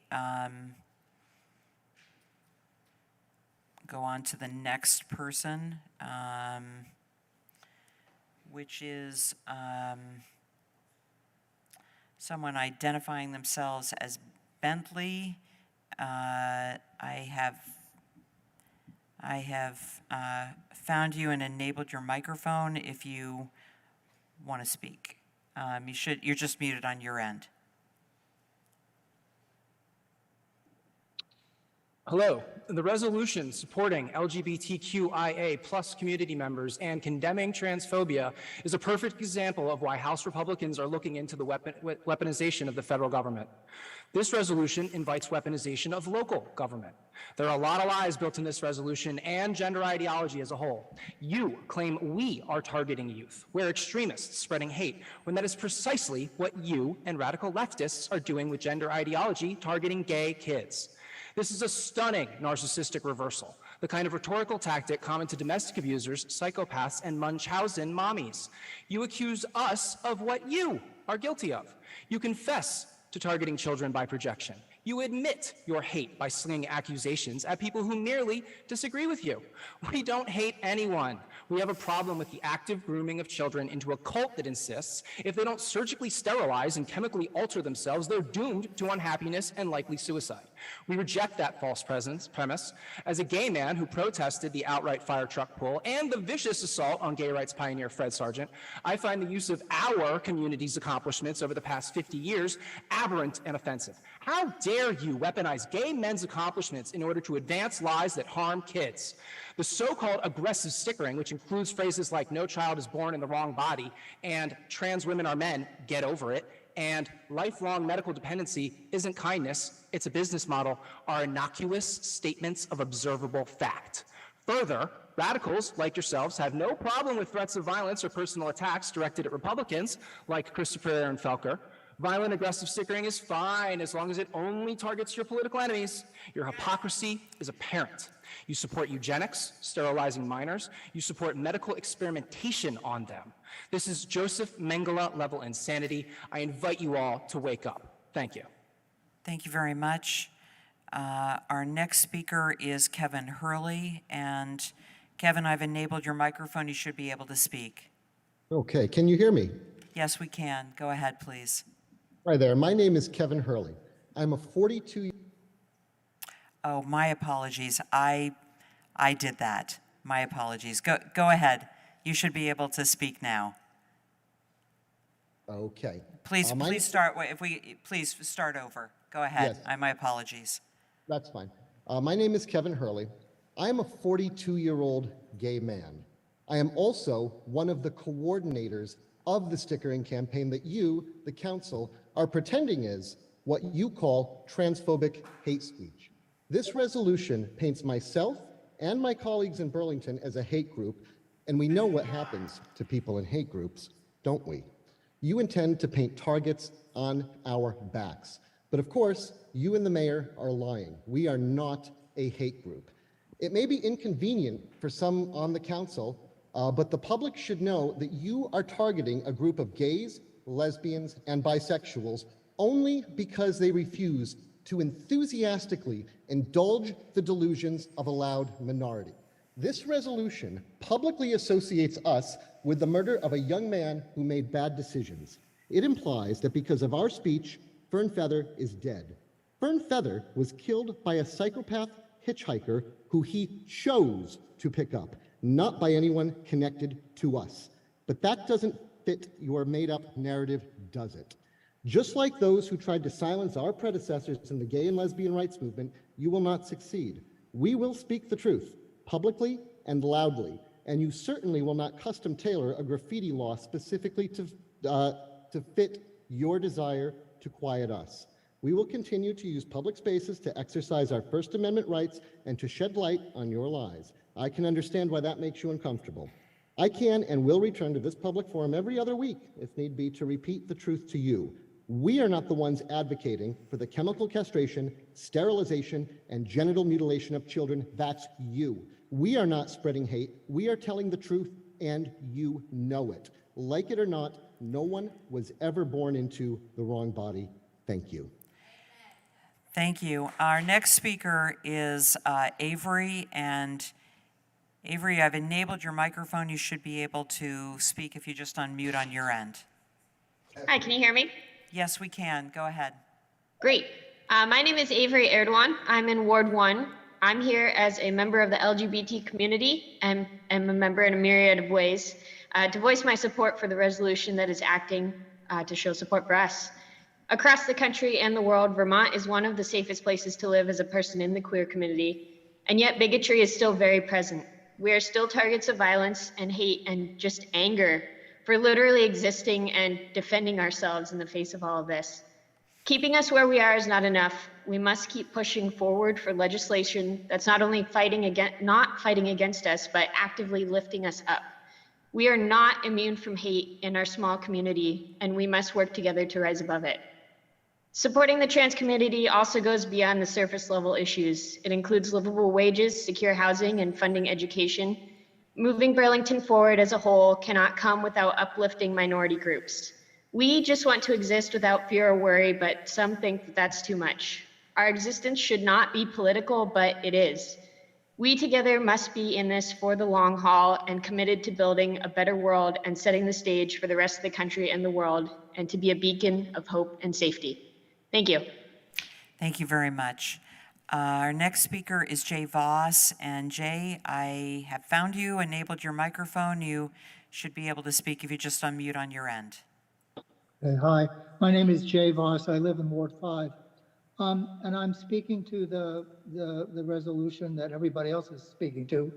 If the purpose of this resolution is to support trans folk and stop the anti-trans graffiti, it is already a failure with its divisive language. Of course, I abhor the violence of throwing rocks at the front door of the Pride Center, but I'm also shocked by the assault on Fred Sargent at last year's Burlington Pride March, mention of which has been purposely left out in the resolution. I'm sure it's a homophobic decision. Mr. Sargent, a hero of gays, lesbians, and bisexuals, and I would add transgenders for recognition of our rights, was present at the Stonewall riots in July 1969 and organized the first gay liberation march a year later. But what I really object to are the be it further resolved in the resolution, particularly in line 30. Now, therefore, be it resolved that the City Council and the Mayor condemn these hateful acts against trans community members, ignoring a blatant attack on LGBT persons. Thank you. Thank you very much. Our next speaker is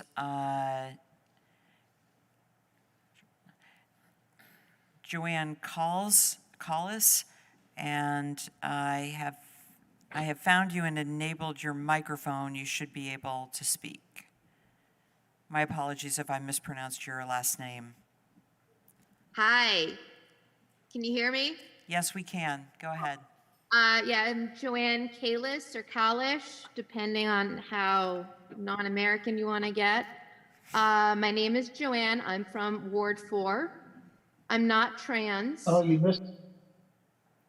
What? Go ahead, Joanne. Okay. I am not trans. I don't understand what it means to be trans. Honestly, I don't even know how I feel about medical transitioning. The things that I do know is that I have worked with trans kids and trans adults, and I've learned that it's their choice to make, and it's our choice to help them be who they feel they need to be. I do very much understand how small, hateful stickers can fuel larger, hateful acts of violence. I'm sick of seeing the stickers around town. I don't care what all these people who are pro stickers say, they are instigating hate. It's not just about trying to show a different viewpoint, it's stigmatizing them. And I'm here to show support for trans people, even if I don't fully understand them, because they're humans and we need to treat them ethically. The stickers, all the negative comments, that's not ethical. I'm here to support the resolution and to stop this diatribe of ignorance and hate. I'm done. Thank you. Thanks so much. We will come back to Conchoice with non-Burlington residents. There are 3 who have signed up. The first is Miguel Lozano, to be followed by difficult handwriting. Sue Valetti. I apologize. It's difficult to read. Miguel, go ahead, please.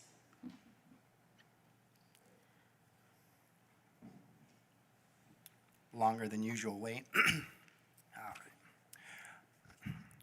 I am honored to have your attention to express my unwavering support of Mayor Weinberger's appointment of Michael LaChance as Fire Chief of Burlington, Vermont. As we all know, Chief LaChance has been a dedicated member of our community for over 2 decades, serving the city with the utmost professionalism and selflessness. I cannot express enough the importance of having a strong and capable leader at the helm of our fire department, especially during these trying times. Chief LaChance has proven himself to be that leader time and time again, always putting the safety and well-being of our community first. But let us not forget the tremendous sacrifices that Chief LaChance's family has had to endure as well. The stress and worry that comes with being the spouse or child of a firefighter or a police officer cannot be understated. And I praise them for their bravery and resilience in the face of these challenges. Furthermore, I would like to take a moment to thank the entire Burlington Fire Department for their tireless efforts to keep our city safe. Every day, these brave individuals put their lives on the line to protect us, and we are forever in their debt. I ask you, all of you, to come together for one thing, and that's to join me in supporting Mayor Weinberger's decision to appoint Michael LaChance as our new fire chief. Let us honor his dedication and sacrifice, as well as that of his family and the entire fire department. Yes, by giving them the respect and support they deserve. Thank you. Thank you so much. So someone hopefully can help me out here. I'm not. You know who you are. You are who you are. Yes. Great.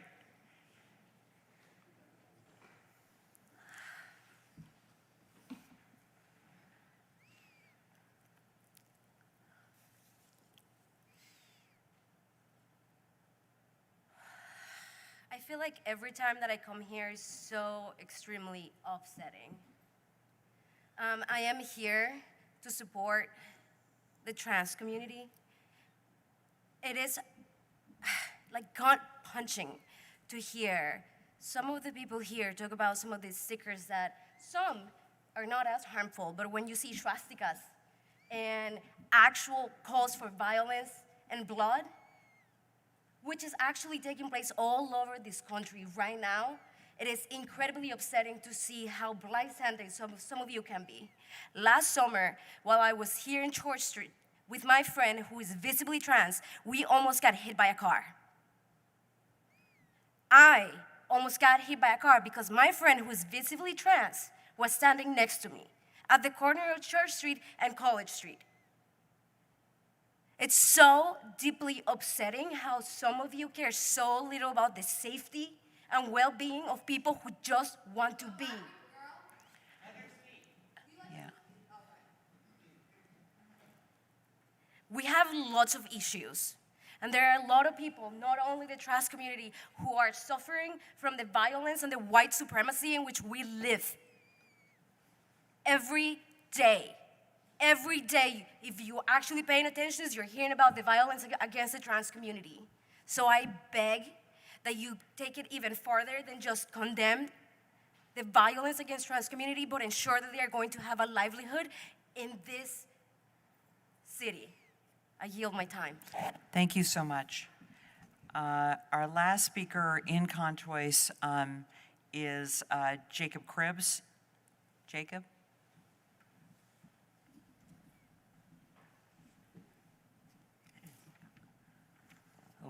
my name is Jake. I go by he, him, or they is also okay. I am a health and wellness coordinator at the Pride Center of Vermont. I want to thank everyone for being here.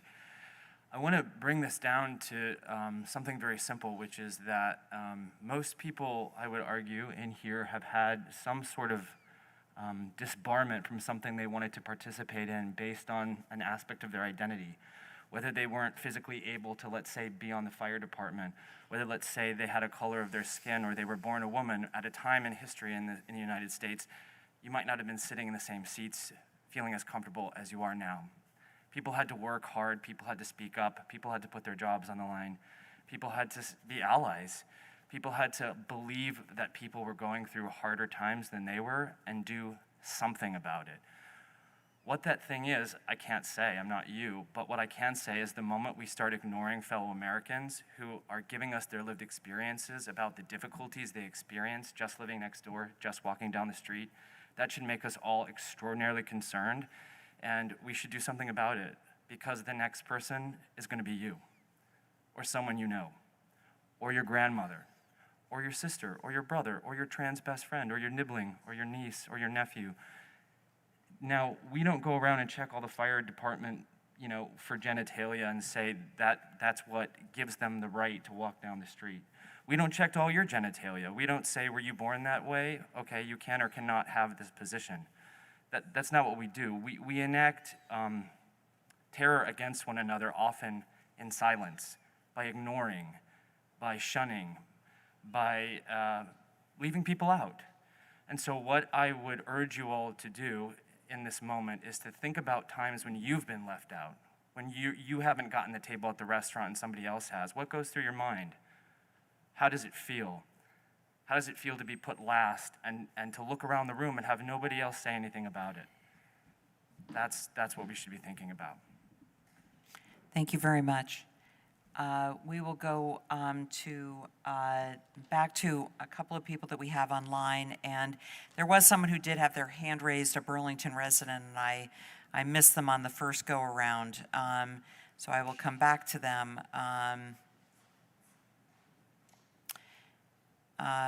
Rachel Siegel, I've enabled your microphone. My apologies for missing you on the first go-around. That is okay, Council President Paul gave me time to finish cooking, so I appreciate it. Former City Councilor Rachel Siegel. Thank you. Yes, this is Rachel. I use she, her pronouns. I live in Ward 3, and I am calling about the resolution thanking the staff who worked at the warming shelter and reiterating the call for an overdose prevention site in Burlington. I think that the other resolution that's getting so much attention right now is also about harm reduction. We're trying to help people. We're trying to reduce the possibility of harm and pain and violence. And with the overdose prevention sites, I think, sometimes some of what happens at them is referred to as a safe injection site. And I want to just speak to people for whom this is a new concept, because I remember the first time I heard that this existed, or that this was a thought people had somewhere in the world. And I thought, really, they give people a place to go shoot up? And I had this knee-jerk negative reaction based on my unconscious bias against IV drug users.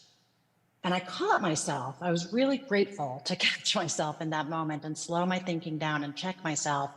And then I was grateful to have some good friends who I can be upfront with when I catch myself in those moments, and talked it through and realized, okay, I'm having this knee-jerk reaction in a very similar way that some people do around birth control. That there's people who say, you can't give kids condoms, they're all gonna start having sex. Now, the idea of giving free birth control to kids, to young people, to anyone, is because we know some of them are having sex anyway, and it will reduce the possible harm of STIs and pregnancies. Same thing with a safe injection site. I was like, oh, right, that makes sense. So for anyone for whom it's a new idea, who feels like has a knee-jerk bias against drug users because they are a highly biased group, a group that we're highly biased against, I should say, that's a normal reaction, and slow down and think about what you're actually saying, because we would love to keep people alive and give them chances. Thank you all. I hope it passes, and I hope things move forward with that plan. Thank you. Thanks, Rachel. Our next speaker is Mark Redmond. And Mark, I've enabled your microphone. You should be able to speak. Okay, Ira. Okay. Hi, this is Mark Redmond. I'm the Executive Director of Spectrum Youth and Family Services based in Burlington. Spectrum works with teenagers and young adults who are homeless, runaways, in or exiting the foster care system, those exploited by human trafficking, those who've dropped out of high school.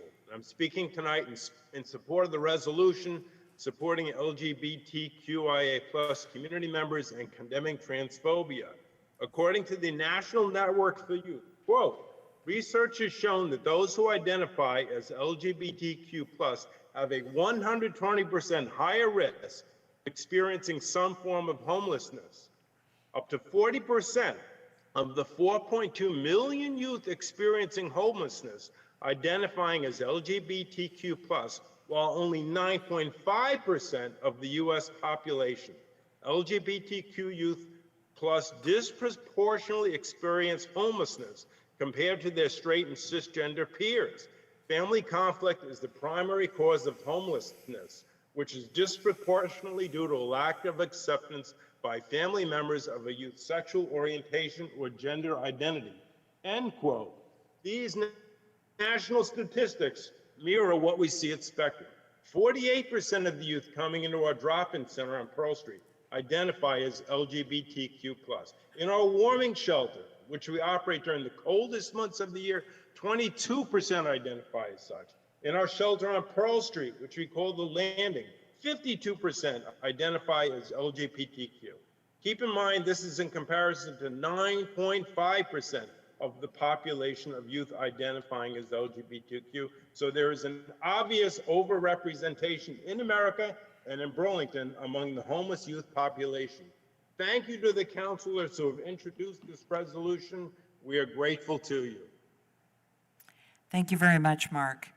Our next speaker is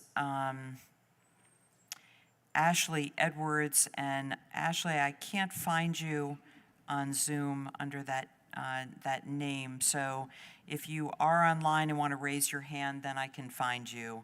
Our next speaker is, and I believe our last speaker online is Sarah Sabalos, and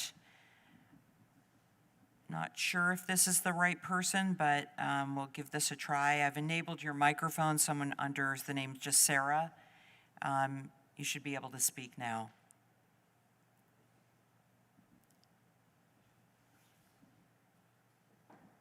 Just need to unmute on your side.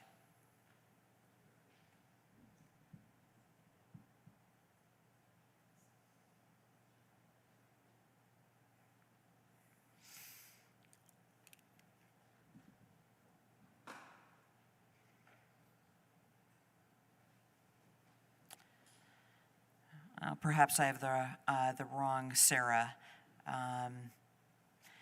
So that will conclude the number of people that we have online. There was one other speaker who's in conchoice, and that is Kyle Blake. Kyle, welcome.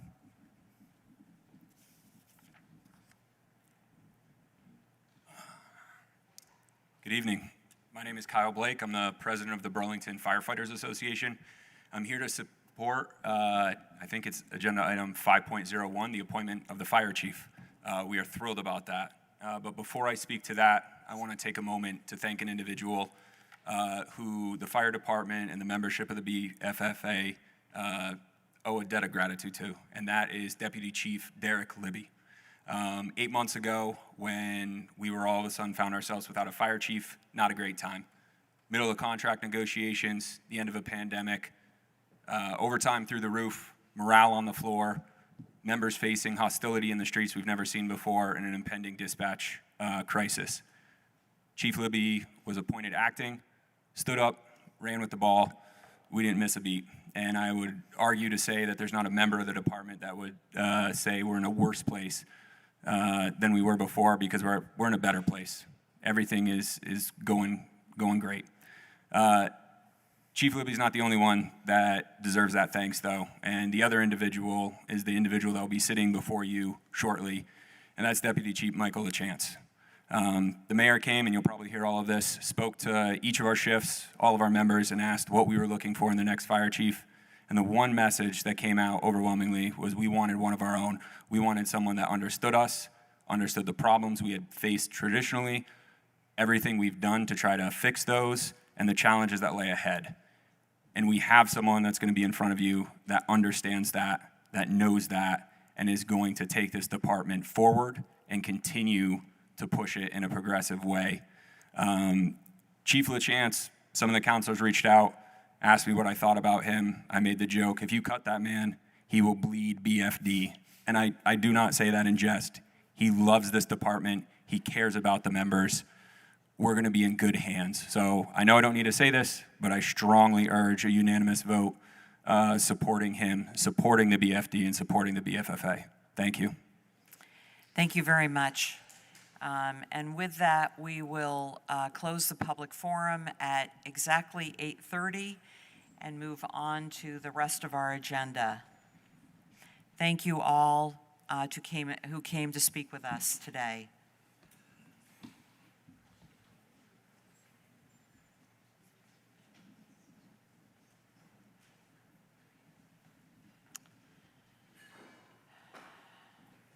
The next item on our agenda is item number 4, which is our consent agenda.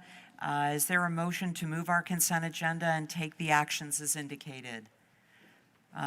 Thank you, Councilor Shannon. Is there a second to that motion? Thank you, Councilor Brandt. Any discussion on the motion? Seeing none, all those in favor of adopting the consent agenda and taking the actions indicated, please say aye. Aye. Any opposed, please say no. We have approved our consent agenda, which brings us to our deliberative agenda. We have 8 items on our deliberative agenda, and there are time limits that we've attached to each item, which we've agreed to by approving our agenda, and we'll do our best to keep to those time limits. The first item on our deliberative agenda is a communication, item 5.01, a communication from Mayor Miro Weinberger regarding the appointment of a fire chief. Mayor Weinberger.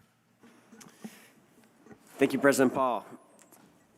I am excited to be bringing to you tonight a individual in Mike LaChance that I hope you will confirm tonight as the next fire chief for the city of Burlington, and want to ask Chief LaChance to come have a seat here, and after some brief remarks from me, you'll have a chance to hear from him directly. Welcome, Chief. Thank you, Mayor. Appreciate how many members of the department are here as well, and I appreciate the words from the head of the Firefighters Association, Kyle Blake. He said a lot, so I won't repeat it all. But I do feel very strongly that Chief LaChance has the experience to do the job that is needed in the years ahead. His career in the fire service began while he was still in high school as a volunteer in Mallett's Bay for the fire department up there. He even then knew he wanted to be a Burlington firefighter, has been with the department now for over 20 years, has worked his way all the way up through the ranks to the rank a year ago of deputy chief. And he's distinguished himself in that role during challenging times, as Kyle mentioned. In particular, while we, as in so many areas of city life and the broader workforce right now, have faced real challenges with recruitment and retention, Chief LaChance has really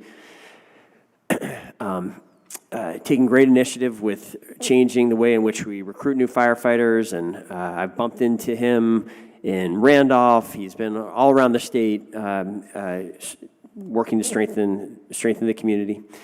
And he, as he has done so, and something that really played a key role in my bringing him forward, he has shown himself to be very committed to diversifying the department in the years ahead. working towards a department that looks more like the community that it serves. He has also committed himself to embracing the innovation that the department has gone through in recent years and working to achieve more of it, which is critical right now as the department faces unprecedented challenges, being asked to do new things to respond to the drug and mental health crises that we face right now. Finally, in addition to his professional accomplishments, his experience, his priorities, I'm excited to be nominating him, appointing him, because I believe he's a great leader. He's a very good man. He, as you can see, has the support of the firefighters. As a function of that, he is incredibly committed father. I've had the pleasure of meeting his family. I know his father has joined us as well tonight. Thank you for being here. And I think the whole council is going to find him, as I have found Chief LaChance, to be a pleasure to work with. I hope you will have your full support tonight. Thank you very much, Mayor. Chief LaChance, thank you so much for being with us. Before we go to a motion and any comments from the council, the floor is yours if you would have any words for us. Thank you, Council President Paul. I do appreciate very much the mayor's words and his support in this appointment. I very much appreciate the support of the firefighters of the Burlington Fire Department, and I very much appreciate the support that has been shown by community members here in Burlington. I look forward to this new role. I look forward to moving the fire department forward. I have great love for this department in this city. I do go back quite a ways. My father grew up in Burlington. My mother as well, on Catherine Street and Green Street. And I just have, I always wanted to be a Burlington firefighter, I'll just say that. And my career has been a blessing, and I really appreciate the opportunity to lead this great department. Thank you. Thank you so much. Before we go to comments from the council, we will go to a motion. Councillor McGee served on the search committee, and Councillor McGee, I would go to you for a motion. Thank you, President Paul.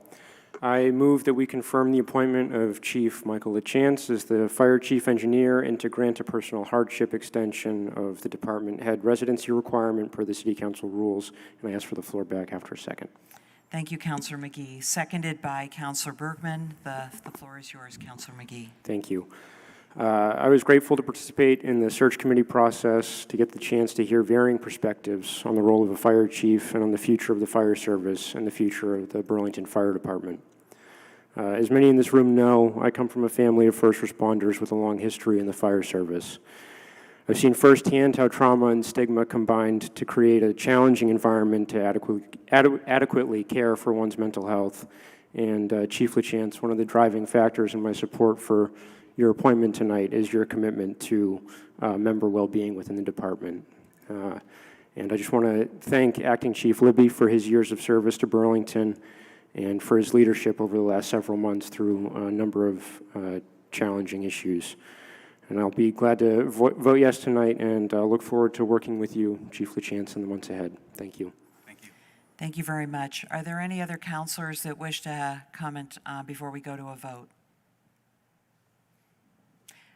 Councillor Jang. Thank you, President Paul. But I have questions instead of comments. Okay. To the chief. Sure. Soon to be chief. All right. Thank you for applying and for stepping up to lead. And can you, because I was not part of the search committee, I don't know much. I read your resume. I think it's extensive. It's great. But we are living in a certain time right now where public safety is so important to the forefront of all Burlingtonians, right? We also just passed a pandemic, couple of years. And we know we are appreciative of the hard work of the members of the fire department, every single one of them. I was just wondering if you can tell us a little bit, what is your vision for Burlington? What is your vision for the men and women of the fire department? Can you just tell me a little bit about it, if you want? Sure, Thank you. Councilor. Thank you for the question. My vision for the members of the Burlington Fire Department is to feel supported, to feel like this is where they're supposed to be. One thing about first responders is they need to feel like they are doing what they're supposed to be doing. They need to feel like they are in the place they're supposed to be. And these folks that come to work every day are here out of service to this city. And I really want them to feel supported by the city, supported by the fire department leadership, and to really want to come to work and want to do what's best for the folks that they serve every day. Yeah. Thank you. Yes, and can you tell us a little bit about the residency requirement? Are there any plans for you to relocate in Burlington with your family? Currently, there are no plans, Councilor. I live in Franklin County currently. I've lived there since 2001. I was interested, my wife and I, when we got married, looked for housing in Burlington, and honestly, we were unable to afford it. I made $7.96 an hour when I started working in the fire department. So we were just unable to afford Burlington at the time. We moved to where we moved, and we started a family. We have 4 children. All 4 of them are in school, and we just as soon not pull them from school. They are doing amazing, and that's not a apple cart I want to upset. Thank you. Okay. Thank you. And the fact that being firefighter has been since you were a kid, it seems you share it, and your father's here, and you stayed in Vermont. They were raised here in Vermont. I think I will be supporting you tonight here, and you have my vote. Congratulations. Thank you. Thank you. Thank you very much, Councillor Jang. Are there any other councillors who wish to offer comments or questions? Seeing none, my apologies. Mayor Weinberger, please go ahead. Thanks, President Paul. Since the question of there's been a little discussion of the question of the hardship exemption, I just want to make sure that the council, the public is clear that Chief LaChance, the council has really grappled with when is it appropriate to grant this exception, and has laid out 3 criteria, 2 of which Chief LaChance squarely meets. One is that, as he stated, he has children in another school district. The council has grappled with this in the past and determined that's an important reason for granting this. Secondly, he has, as we've been discussing, risen up through the ranks, and that is another reason for the exemption if someone is being promoted from within. So I appreciate that the motion has been made with that, and the Chief LaChance certainly has my full support for this the exemption. Thank you so much, Mayor Weinberger. Seeing no one else, we will go to a vote. So a motion has been made to confirm the appointment of Chief LaChance as Fire Chief Engineer and grant a personal hardship extension of the department head residency requirements per the council rules. All those in favor of the motion, please say aye. Aye. Aye. Any opposed, please say no. That motion passes unanimously. Warm congratulations, Chief LaChance.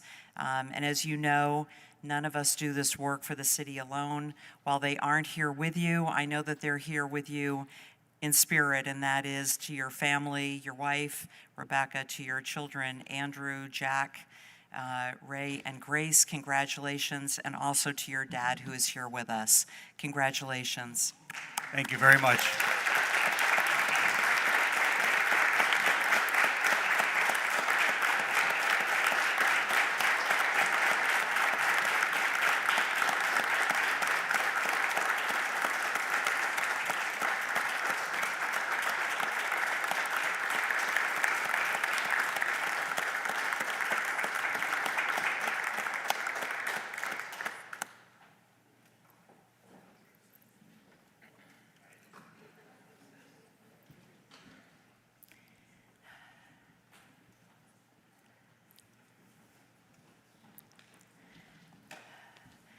Counselor Carpenter, I see that you have your hand raised.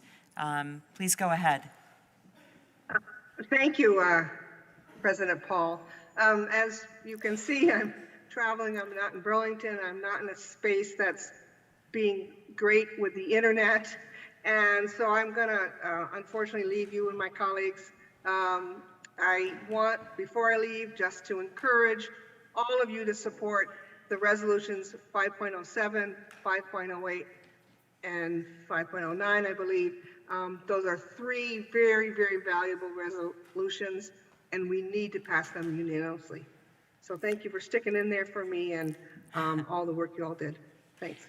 Thank you so much, Counselor Carpenter, and we wish you a good evening. Thank you.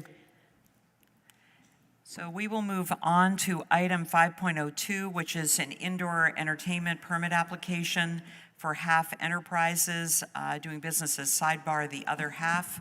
And for a motion, I'll go to Counselor Shannon. Move to approve the 2023-2024 indoor entertainment permit application for Half Enterprises, DBA Sidebar, the other half, 202 Main Street with all standard conditions. Thank you for that motion, seconded by Counselor Travers.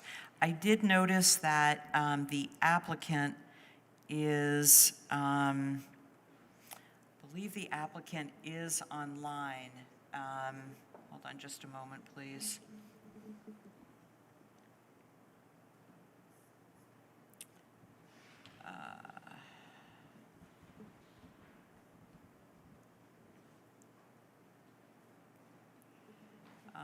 And that is Adrian Sackheim, and Adrian, I've enabled your microphone if you wanted to speak. Hello, nothing to comment. I just wasn't sure if I needed to be here for questions and whatnot. But yeah, I'm happy to answer anything. Thank you. Okay, thanks so much. So we have a motion and a second. Are there any questions or discussion from the council? Seeing none, we'll go to a vote. All those in favor of the motion as made by Councilor Shannon, please say aye. Aye. Aye. Any opposed, please say no. That motion passes unanimously. Adrian, thanks so much for being here with us. Thank you for having me. Thank you. You as well. We will move on to item 5.03, which is the tobacco license and tobacco substitute application for Float On. And for that, I will go to a motion again to Councilor Shannon. Move to approve the 2023-2024 tobacco license and tobacco substitute endorsement applications for Float On. Thank you, Councilor Shannon. Seconded by Councilor Travers. Is there any discussion on that motion? Seeing none, all those in favor of the motion, please say aye. Aye. Any opposed, please say no. That motion, again, passes unanimously, which brings us to the last application item on our agenda, which is 5.04, a tobacco substitute application for Pearl Street Pipe and Beverage. Councilor Shannon. Move to approve the 2023-2024 tobacco substitute endorsement application for Pearl Street Pipe and Beverage. Thank you, Councilor Shannon. Seconded by Councilor Travers. Is there any discussion on that motion? Seeing none, all those in favor, please say aye. Aye. Aye. Any opposed, please say no. That motion passes unanimously. And that brings us to the resolutions that we have on our agenda. The first resolution is item 5.05, which is the acceptance and approval of the FY22 audit. And before we get into a discussion of the audit, I will go to Councilor Jang, please, for a motion. Yep, I move to waive the reading and adopt the resolution. Thank you, Councilor Jang. Seconded by Councilor Brandt. And Councilor Jang, did you want the floor back? Yes, please. Okay, Thank go you. ahead. Wanted to this item has been approved by members of Board of Finance earlier, and we definitely, all of us unanimously did support it, and we did also provide some thank to CFO Chad as well as the mayor. For the community members to also understand that this is a big deal. This is like city's finances has been looked into by professionals, and they haven't found anything that is really significant, which means that the city's financial health is definitely in good hands. I don't know, under Mayor Weinberger or under CFO Chad, but whoever they are, we want to say really thank you so much for your diligence, for your hard work in making this really, for doing a great job. Thank you. Yeah, thank you. Thank you very much, Councillor Jang. So for members of the Board of Finance, we have heard a lot about the FY22 audit, but certainly for the community and for those who might not have, we'll go to CAO Catherine Shad for comments, and then we'll go to some questions from the council. Thank you, President Paul. It is finally time to put that financial literacy training that we had in January to good use. So I hope you're all as excited as I am. We do have some hard copies for city councilors, and we'll get to that in just a moment. For those of you following along at home, you can find copies of all of these materials on board docs. There are a couple of parts to our audit, and before we jump into the financials, we'll talk briefly about the accompanying management letter. As Councillor Jang noted, there were thankfully no material weaknesses or deficiencies noted in this audit. We do benefit from 3 recommendations from our auditors. And the first one is a recommendation that has been made in previous years, and that is to improve our general ledger monitoring and adhere to a more formal closing schedule. We have talked about this in the Board of Finance. This is what I'll say is probably the most serious of the recommendations because it is a previous year recommendation. This is something that I and the CT team have already started working on in terms of being able to make improvements for this year. At Board of Finance earlier tonight, we approved a new budget manager position that I worked on with Alina. We can see Alina Korsic is here. She's our lead auditor here to answer questions.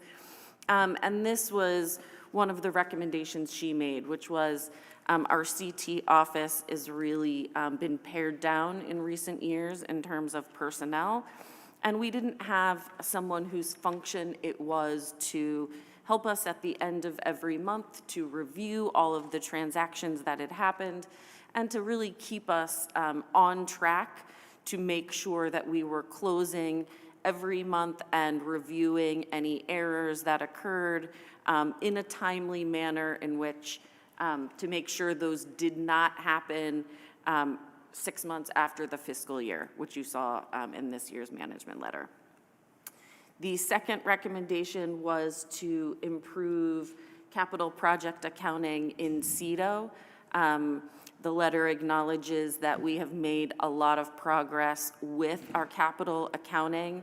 That's something we've been working on since I got here, and we're almost there. CEDO is one of the more complicated departments, so we'll continue with that. And then the last one is we've, over the past couple of years, run into some issues where around pensions are what is in the ordinance and what is in our collective bargaining agreements. There's some gray areas. We've worked through those one by one, but we thought it might be helpful to do with our pension administrator and our city attorney's office a more comprehensive look to make sure that all those I's are dotted and T's are crossed, so we're minimizing those one-off issues that may come up. That kind of covers the management letter. And I'm going to jump into the actual financials. It won't take too long, and then I'll open it up for questions. We spoke about at the training that one of the most useful parts of this, what can be overwhelming 100-plus page report, is the management discussion and analysis. And so that is your first tabbed page. If you want to open up to page 25, you'll see those are the financial highlights. And that shows what the city's net position is. It shows the unassigned fund balance right there on page 25. And if you go, just turn one page to page 27, you can see the changes in net position. And you'll see there's a comparison between FY22 and FY21. And also you can see there's two columns, governmental activities and business type activities. And you will recall that this sheet assesses our near-term operating needs. You can take a quick glance at it, see that we are overall in better financial shape in 2022 than we were in 2021. If you turn the page yet again, on page 28, you can get a look at our unassigned fund balance as well as our total fund balance. You will recall that our policy says our unassigned fund balance should be between 5 and 15% of our total general fund expenditures. We target 10%. And we, as of June 30th, 2022, are at 11.7, so that is quite positive. And then over on page 29, you'll see a quick look at the net position of our proprietary funds: electric, airport, wastewater, water, stormwater. And then, if you want to go on to page 40, that is the second tabbed sheet, and that is our balance sheet. And that gives you an excellent view of the general fund. It also gives you a snapshot of the capital projects fund. I'm not going to spend too long on any of these. I'm mindful of the time. Again, happy to answer questions. Something I do get a lot of questions about towards the back here on page 93 is a list of everything in the fund balance, and in the bottom quarter is the everything we assigned during last year's budget for the assigned fund balance. We always talk about the unassigned fund balance because that is our kind of rainy day fund, money that we haven't set aside for anything. But this assigned fund balance is money that we have set aside for each of these items, and we are in the process of spending that down. Last but not least, I wanted to highlight on page 134, we spend a lot of time previously in the report talking about our major governmental funds, but we don't want to forget about the non-major ones. And this includes traffic, parking, CEDO, Church Street Marketplace, and others. And so you'll see that here, as well as ARPA. So in case you are interested in any of those, they can get lost because it's at page 134. So I am done my short spiel, and I will turn it over to the mayor before taking any questions. Thank you, Catherine. I want to echo the comments made by Councilor Jang that there's a lot to be very appreciative of and proud of in this audit. I'm thankful to the whole clerk treasurer team for the hard work on it. It wasn't that long ago that our audits looked nothing like this, and we've only gotten to this place through a ton of hard work over many years. At the same time, I want to compliment and applaud you, Catherine, for not resting on that, on continuing to stay active, on even as we accept the audit tonight, already having taken action to address some of the observations, recommendations in the management letter, so that next year we will be in an even stronger place. I fully support the action on the consent agenda to create this new budget position, which I think is really going to address a challenge that has been tough for us for a number of years of closing out each month in a timely manner and being able to produce reports for the public, for this council, that are actionable over the course of a budget year. So I hope the council will join in accepting this audit, and that we will keep working together to make the city's financial systems as strong as possible. Thank you. Thanks very much, Mayor Weinberger. We'll go to questions from the council. Would that be your CAO, Shad? You're okay? You finished your comments. Okay, so we'll open this up to the members of the council. Believe Councillor Zhang, did you have a question or a comment? No. Go ahead. Sure. Yeah. Oh, you mean to our auditor? Yeah. What, if she has something to say. Elena, did you have any comments that you wanted to make as well on the audit? It was a pleasure working with you. It was a pleasure working with Catherine. I worked more with her than I'm used to working with CAOs recently. So this was really a great year, and I really got a really good relationship built with Catherine, and I appreciate all the hard work of the team that they put into this. And we already have a plan to have a meeting scheduled in the spring to go over the next year to prevent some of the closing issues that happened. So I look forward to next year's audit. Great, thank you very much. Were there councilors that had any comments? Councilor Bergman. First, thank you. This is great. And it's sort of a comment for some future information. Thanks for highlighting the non-major governmental funds in the back. As everybody knows, we have got serious, I'm going to use the term infrastructure in the broadest sense of the term, needs. And many of these funds in the back are where we get to do the projects.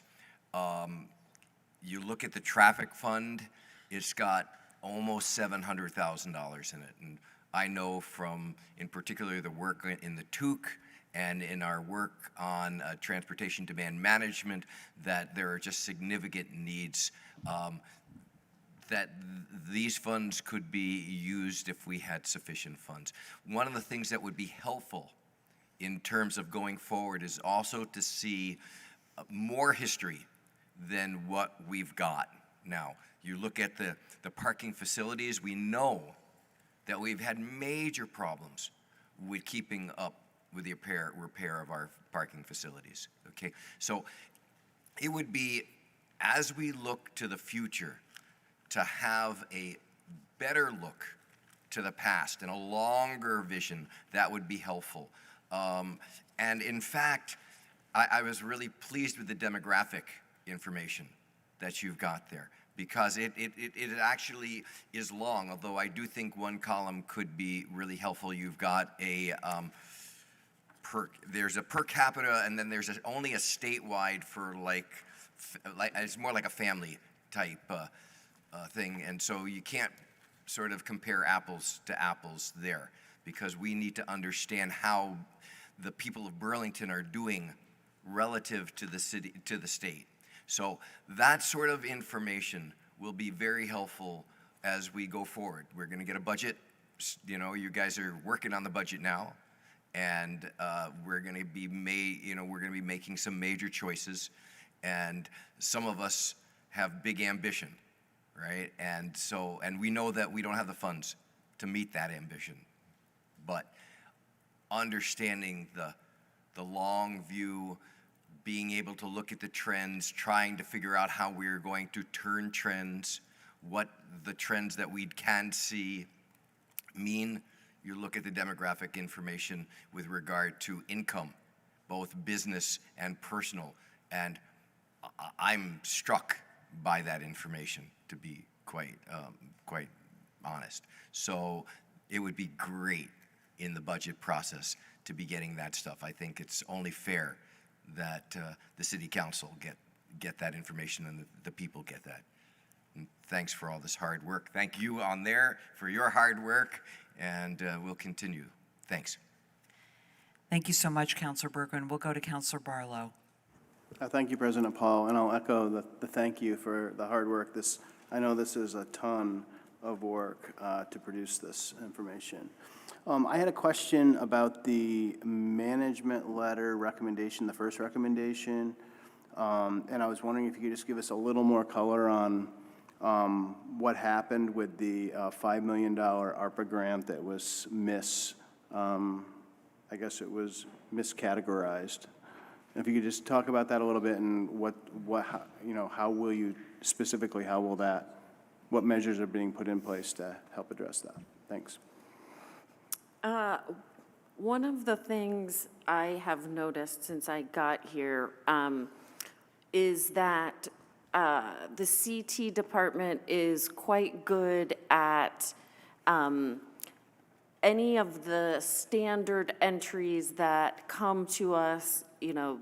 We incur a bill, it needs to be paid, that bill gets paid.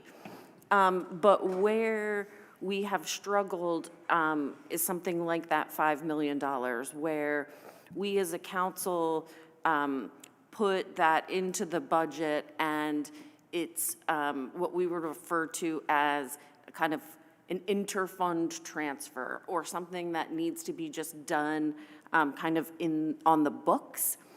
And frankly, within CT, we have not always had great communication or a process to ensure that once a month or even once a quarter, someone is going through the budget. And as I'm budgeting for next year, I'm realizing, I don't know what the percentage is, but I would hazard a guess that maybe 20 or 25% of everything that's in the budget are those sort of interfund transfers.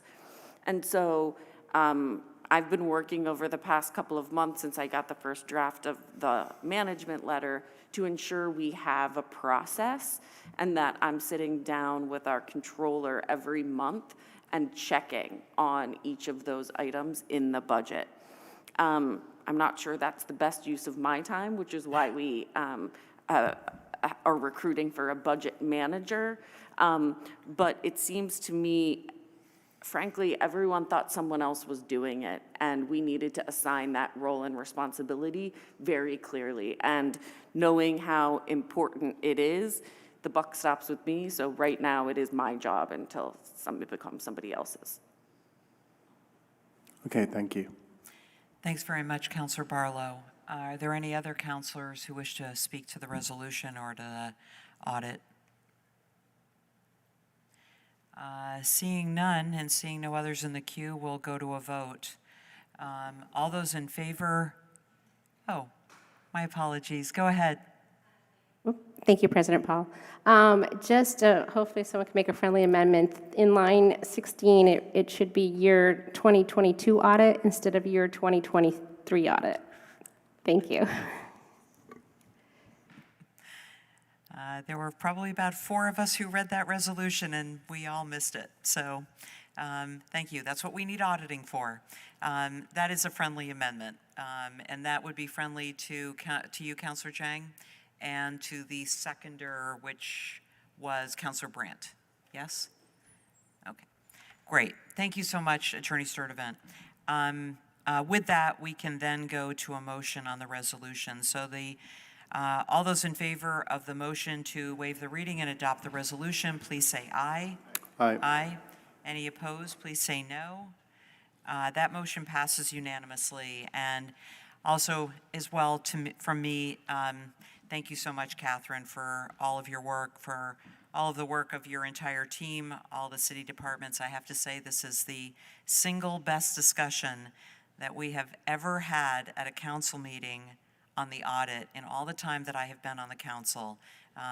You have educated us with financial literacy, which was a resolution that was passed in 2012, and you were the first CAO that was willing to take that on. Thank you. Thank you so much. Our next item, 5.06, has been postponed, so we're going to move to 5.07. Do you need a minute? You okay? This brings us to, so we're on 5.07, which is a resolution supporting LGBTQIA plus community members and condemning transphobia. I will go to Councillor McGee, the lead sponsor of this item, for a motion. Thank you, President Paul. I would move that we waive the reading and adopt the resolution, and I ask for the floor back after a second. Thank you, Councillor McGee. Seconded by Councillor Travers. Councillor McGee, the floor is yours. Thank you, President Paul. For several years, we have seen increasing hate and violence targeting the LGBTQIA plus community, especially transgender people, here in Burlington, around Vermont, and across the country. This national trend is part of a concerted effort to push queer and transgender people to the margins of our society, to deny them their humanity, and as we see in legislatures throughout the U.S., to legislate them out of existence. There are people here in Vermont who, through hateful rhetoric and protests, have attempted to intimidate and marginalize queer and trans people, particularly trans youth. Here in Burlington, we have seen increasing quantities of transphobic stickers being put up in our public spaces, near our schools, and near spaces that are meant to support and celebrate the LGBTQIA community. We've seen hateful vandalism of the Pride Center when their front door was shattered with a rock. And we've seen hateful transphobic protests of Vermont Pride and the outright fire truck pull, events that are meant to be welcoming, supportive, and joyful celebrations of progress, self-expression, and community. We've seen national hate descend upon our school district after Fox News aired a segment about a district DEI workshop on gender identity and pronouns. For years, Burlington's LGBTQIA plus community, transgender youth, and concerned neighbors have pushed for action to be taken to condemn this transphobic rhetoric and put an end to the harmful stickers. By adopting this resolution, the Council will send a clear message that transphobia has no place in our community. To those who spoke out against this resolution tonight, I ask you to reflect on your rhetoric and your actions and consider taking accountability for the harm you are causing to many in our community. To those who have not felt seen, heard, or protected, I am deeply sorry.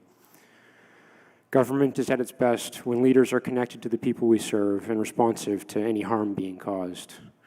We have failed to address this hate in the past, and while we can't undo the harm caused, we can commit to doing better going forward.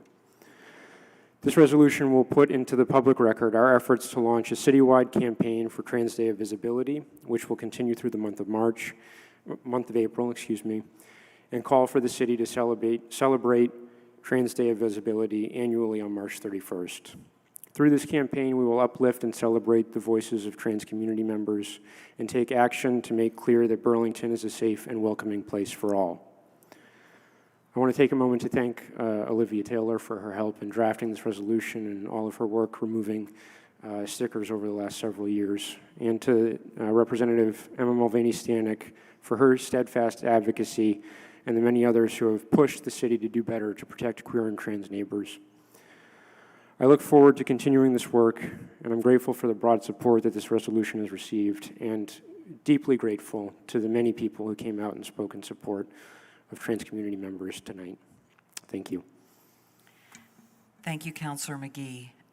We will open the floor to councillors for discussion, questions, comments on the resolution before us.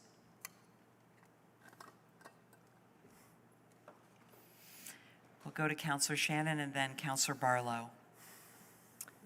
Thank you, President Paul. There was a note that my name was to be added as a sponsor, but I am not sure that it technically happened. So if that is a friendly amendment, I would appreciate it. That is certainly, I would imagine, a friendly amendment. That is friendly, yes. Councillor McGee and Councillor Travers. That is a friendly amendment. Thank you so much, and thank you for that support. Councilor Barlow. Thank you, President Paul. I also wanted to thank Olivia Taylor for her work on this. She spent a lot of time educating a bunch of us in the New North End and raising awareness and scheduling weekly sticker removals, which Councilor Carpenter and I were able to participate in back in December. So thank you again, Olivia, for that. And I know this resolution is controversial, especially to those supporting the stickering, but my hope is that this resolution will demonstrate city support for the community members affected by the stickering campaign.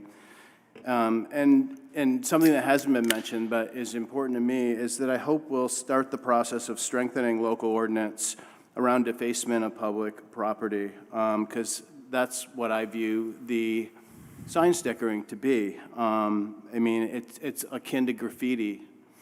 And it was, especially when it's done to target someone or some group in the community in a harmful way, it seems like we could come up with some standard that didn't impinge on people's right to free speech, but that would also protect our ability to make sure that groups weren't harmed by this. So I'm hoping that when this gets into ordinance, that we'll be able to make some headway on that.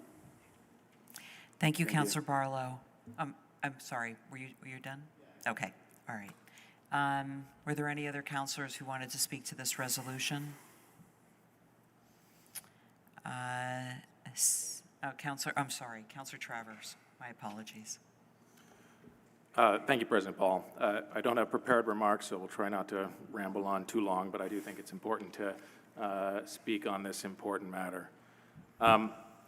First of all, but before speaking to the specifics of this resolution, I do want to generally speak to the fact that our ordinances are very clear that defacing public property with stickers, regardless of their content, is unlawful. And we've seen an uptick of this, not only in the harmful and hurtful ways that I think have been rightfully called out by this resolution, but we've seen even beautiful artwork as of late around the city be defaced with graffiti. Defacing public property with a sticker is a civil offense. We've had folks here, I know it's sometimes difficult to know who is behind some of these acts, but we've had folks here who have identified themselves now as those who are at fault here with respect to defacing public property. Our ordinances allow, with this as a civil offense, for them to be prosecuted as such. And regardless of the content, I would suggest that the city take action with respect to that, and to that end, look forward in our role in the ordinance committee, looking into, as Councilor Barlow said, figuring out how we can continue to strengthen those ordinances. Now, speaking specifically to the content of this, Councilor McGee, I want to thank you for bringing this resolution forward. I know that it wasn't easy. Unfortunately, I know it comes at personal expense to you. I think this was very brave of you to introduce this resolution. I also want to echo your gratitude for folks who similarly bravely came out tonight to speak at public comment. You know, as a cis white male, I have never experienced someone calling into question my identity or my very existence. And so I cannot begin to personally understand what it must feel like to feel that personally. But I do know that I love and care for people in my life who have felt that. And I know the world that I want my kids to grow up in is one where they feel safe and protected for whatever identity they choose for themselves. And so, you know, I understand we could have debates, and we had debates in law school around the First Amendment and whether it should extend to protecting hate speech. And I know that regularly courts have taken a very broad look with respect to the First Amendment and hate speech. And I know that we in all likelihood could not be passing a resolution tonight that flat out prohibits the type of stickering that's been the subject of the discussion that we've had right now, because frankly, it's the type of hate speech that, whether you agree with it or not, is protected under our First Amendment. But the First Amendment doesn't stop us as a city council for calling out that speech for what it is. It is, in the eyes of many of our community members, hateful, it's harmful, it's hurtful, and I'm glad that we're taking this opportunity to call it out. So thank you, Councilor McGee, for bringing this forward. I'm proud to co-sponsor it along with you and hope that this council can unanimously support it. Thank you, Councilor Travers. We'll go to Mayor Weinberger, and then perhaps we'll go to a vote. Thank you, President Paul. I too want to thank Councilor McGee for bringing this resolution forward, and so many councilors for co-sponsoring it, and hope we'll have unanimous support tonight. I will be enthusiastically signing this resolution. I appreciate the work, the opportunity to give some input into the resolution to Councilor McGee in the lead up to tonight, and then a couple of large meetings that we have had with Councilor McGee and others over the last several months.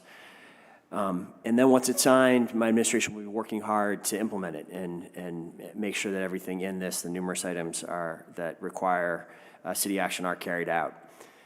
I want to thank everyone who came out tonight to support the resolution and who has been working for a long time to remove the stickers and take other actions to make sure that everyone in this community feels welcome and included. And I want to specifically thank Olivia for her work, and I also want to thank the numerous city staff in the Parks Department and the Traffic Department who have also worked to remove stickers.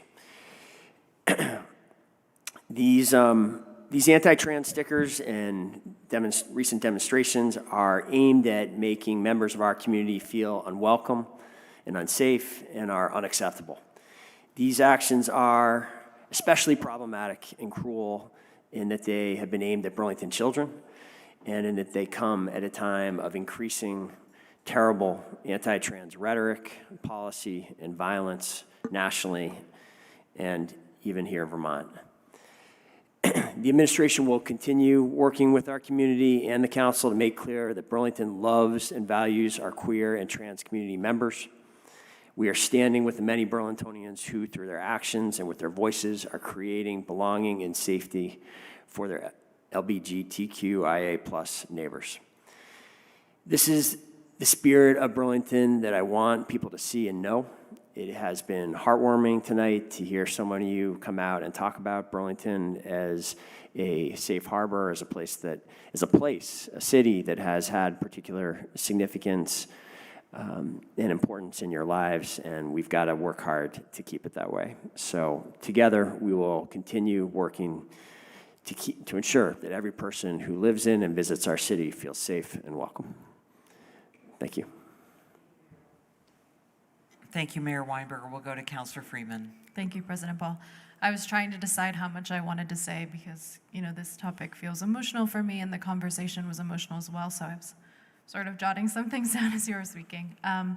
I just wanted to thank Councilor McGee for bringing this forward. They did incredible work on it, and I just feel really thankful for you carrying that, and also for so many community members who stepped forward, who worked on this, who've been working on the issue for a long time, and also who just came out tonight and spoke. It was really wonderful to sort of counterbalance some of the harmful rhetoric and language that we heard. This was a very emotional conversation for me, at least. Sorry, trying to gather my thoughts about this. I always feel, not always, but around this I feel torn, just because these conversations can be very emotional, but I feel like giving voice to the experience is also really powerful. I think, sorry, I already cried once during this meeting, so just bear with me. I just want to say I love being trans. I love it so much.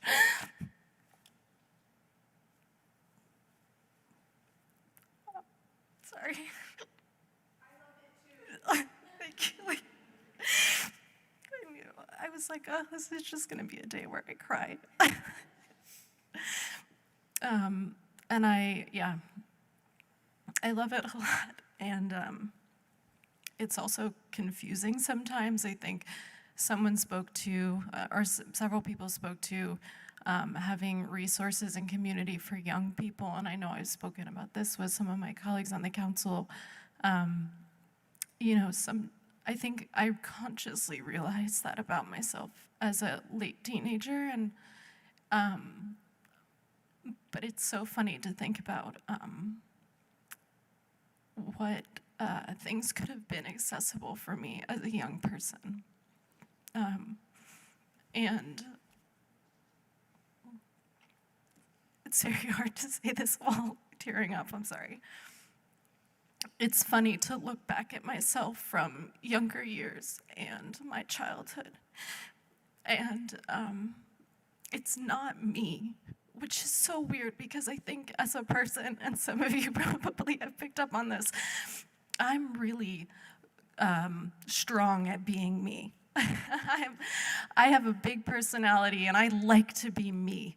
I come in with a big personality. So it's not that it was like horrible or terrible, but it's just not me. And I think it's so nice to keep figuring out what me is and to be able to live more fully in that. And I'm not someone who is medically transitioned, but I live more days feeling boyish or like a boy and experiencing dysphoria. And I want to continue to be able to make choices about my body and about my life, and to continue to experience what it looks like to feel seen in that identity. And so I really did get emotional. I just really appreciate that it seems like this will absolutely pass unanimously. And I just, when these conversations come up, I continue to feel so thankful that we pass them unanimously. And I just want to extend my gratitude and thanks to the folks around this table and your support of this, and hearing the affirming things that you're saying. It's really wonderful. And I really appreciate it, and I appreciate everyone who came out tonight. And I'm sorry for the some of the comments that were they were hard for me to hear, and maybe they were hard for others, but this is a really meaningful conversation, and thank you for the work we're doing as a community on this, and thank you for letting me cry. So.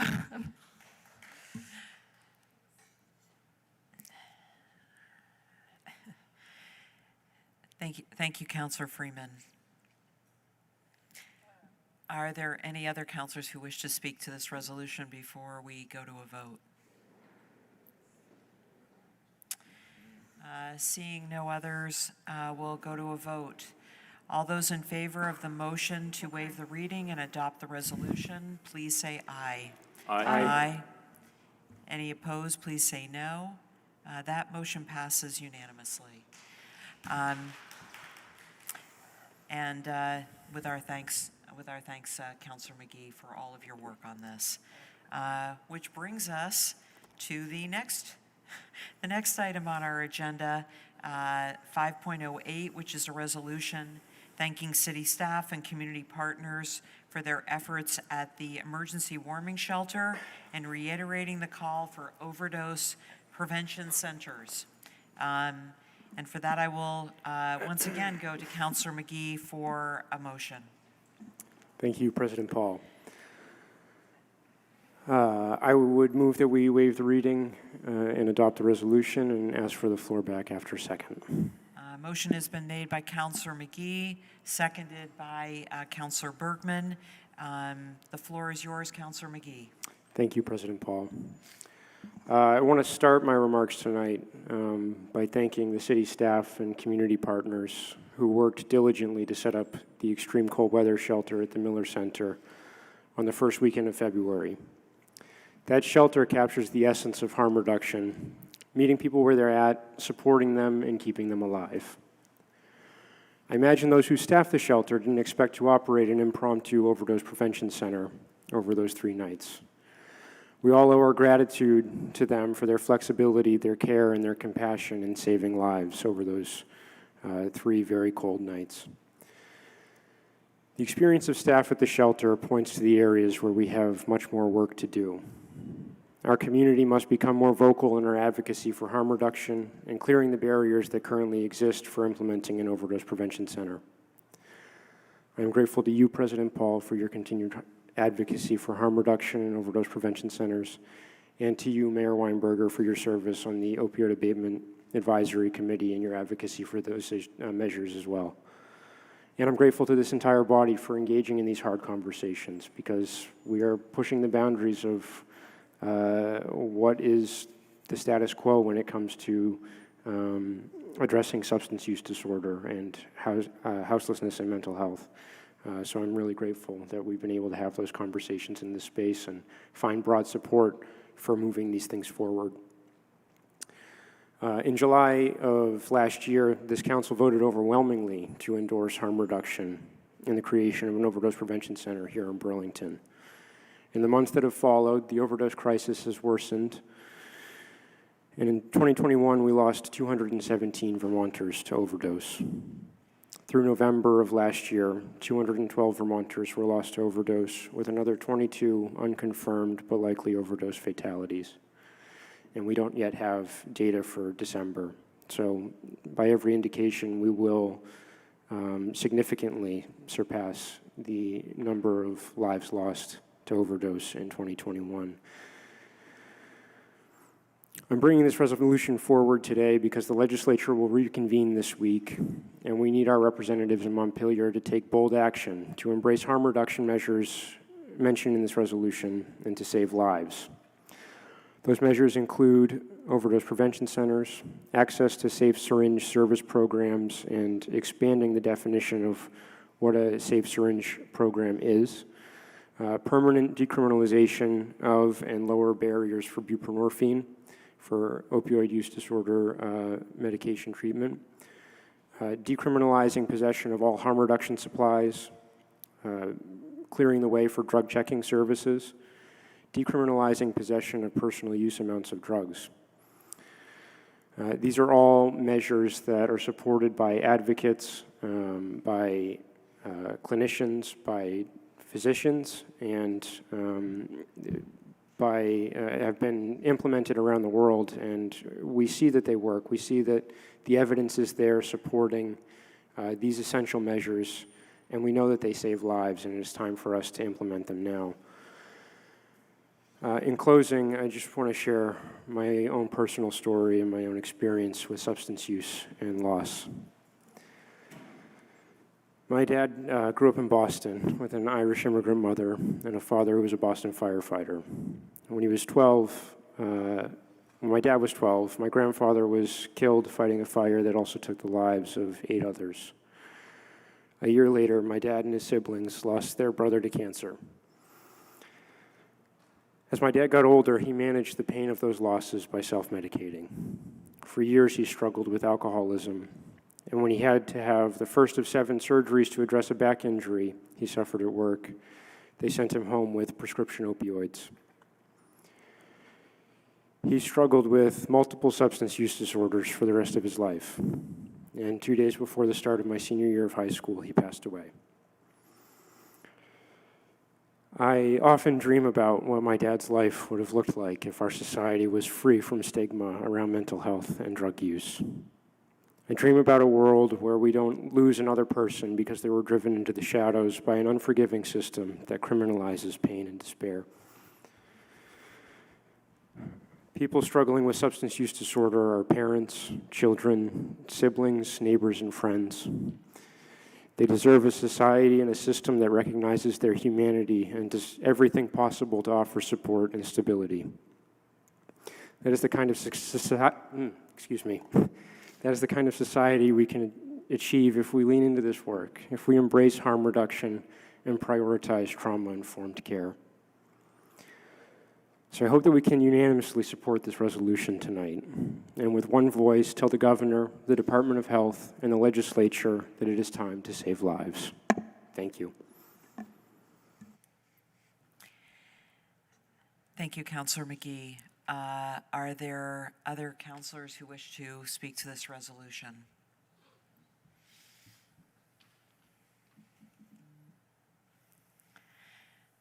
Seeing none, we will go to a vote.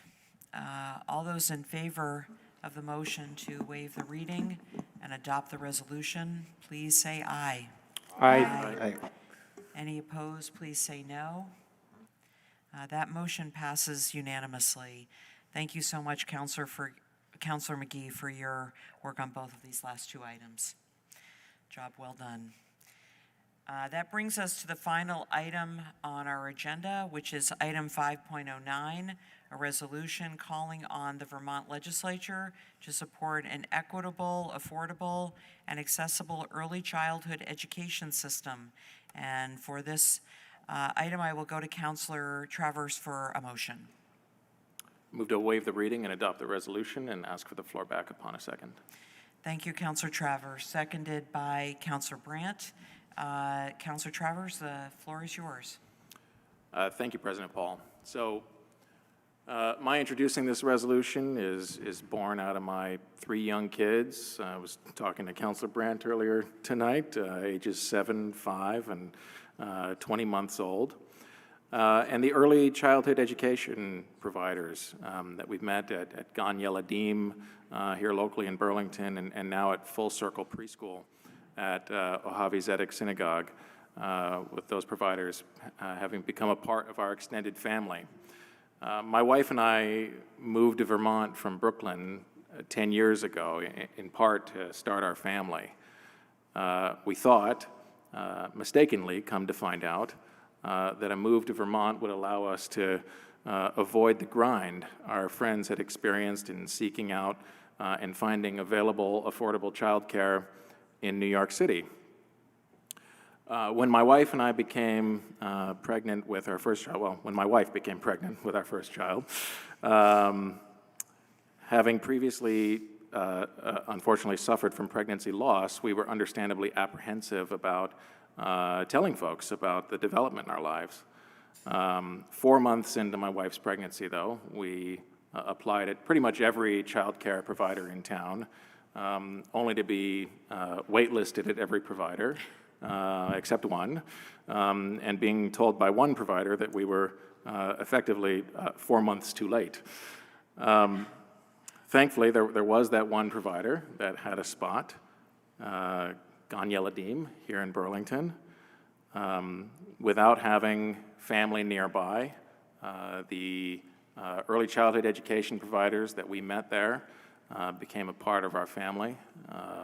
My kids were the flower children in one of their wedding recently.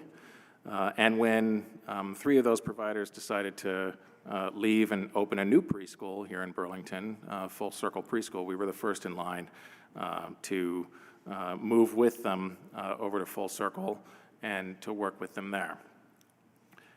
When we welcomed our now 5-year-old and our now 20-month-old, the school was the first to know, before friends, before family, because we knew we had to get in line.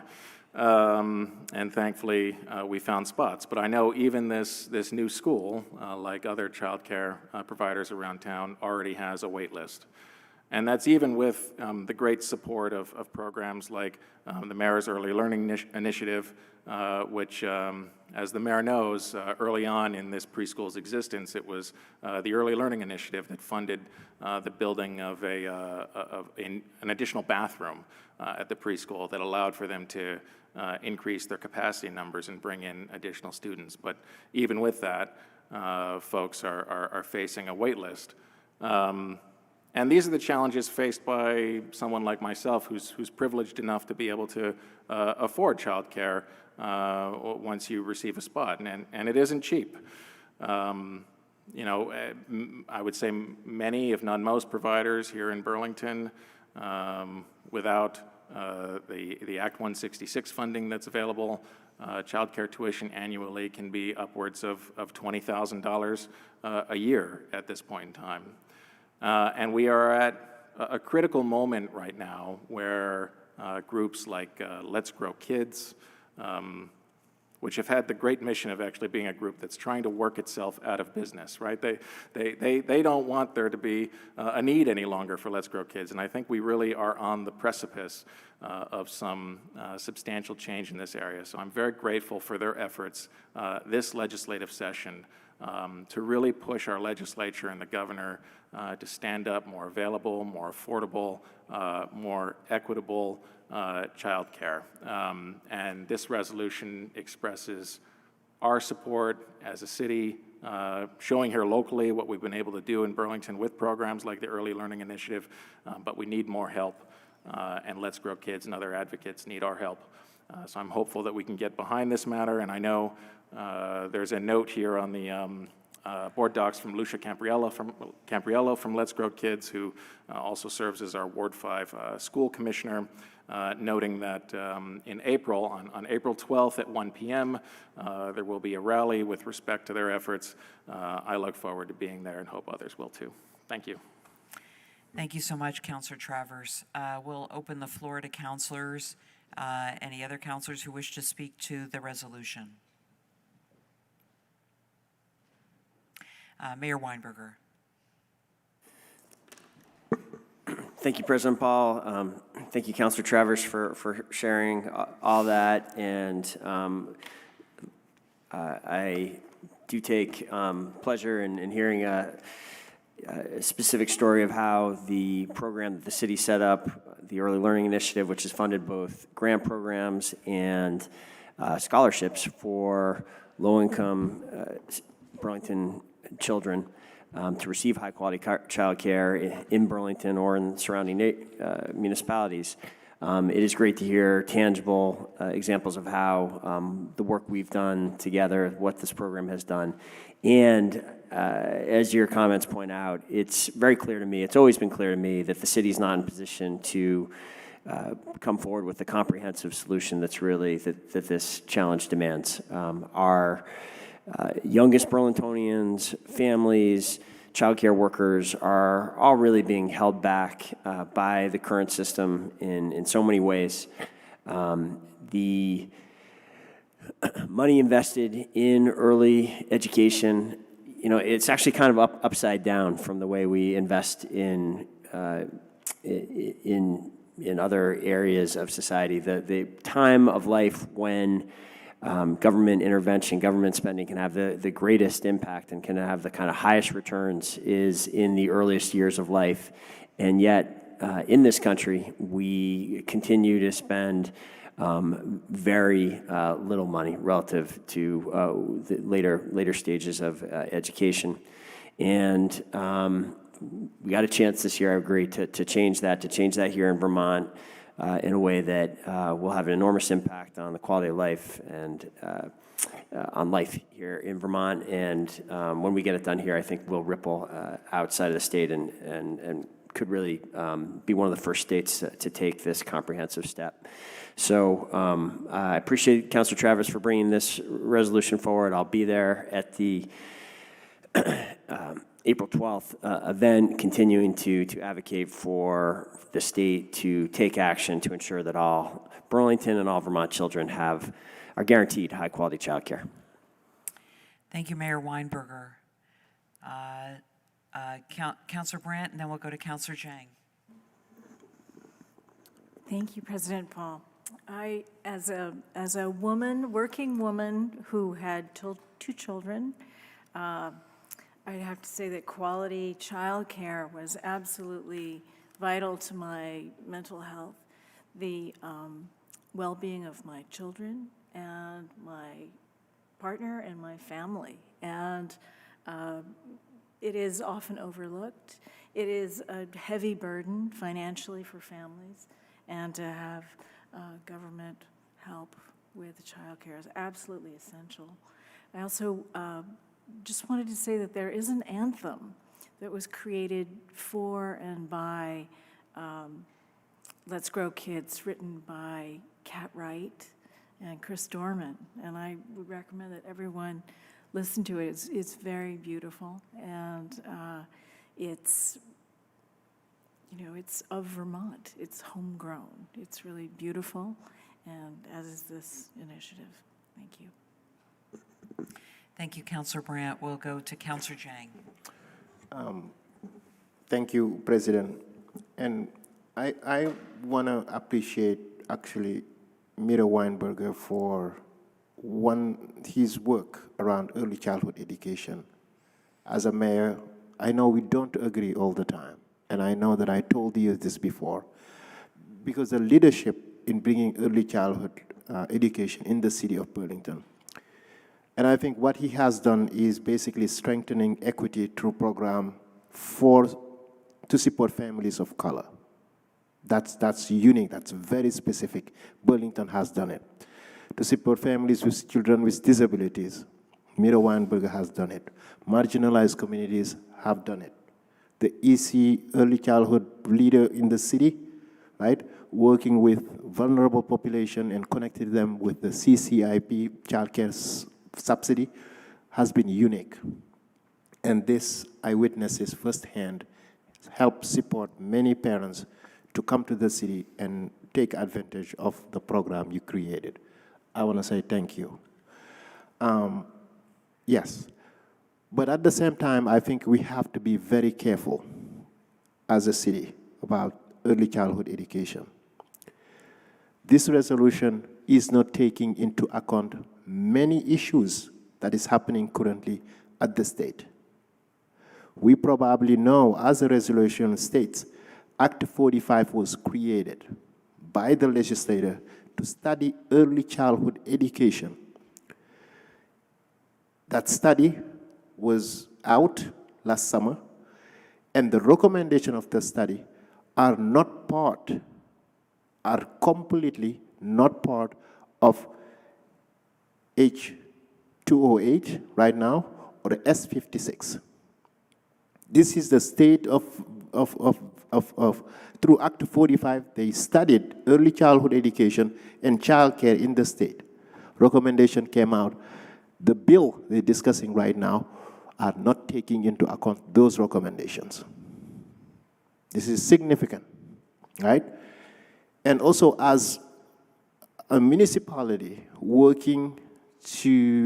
functioning basically by raising taxes, the bill currently people are discussing may have significant impact on taxpayers of Burlington. It is going to ask all 4-year-old children to go to Burlington schools, to go to the schools, to their district, to receive preschool, pre-K programs. Currently, it's a 3 years old and 4-year-old, they are participating in Act 166, which basically giving them option to utilize private programs, and the state is ensuring 10 hours of pre-K to all 3rd and 4-year-old children in the state of Vermont. They can utilize it privately or in a partnership model. What we're discussing at the state is completely significant, and I think we have to be careful as a municipality. Yes. I like component of the bill, which will be increasing the child care financial assistance from 300% to 400% of the federal level. I think that's significant, that's great, right? I like also the aspect of providing more support to child care workers, increased benefit, paid tuition for college. I like all of those. But there are components of this bill that will, if it passes as it is, it will significantly going to impact property taxpayers of the city. What I like about this resolution, though, is a little bit general. It's not really specific. It's not talking into the nitty-gritty of what's happening at the state through S56 and H208, right?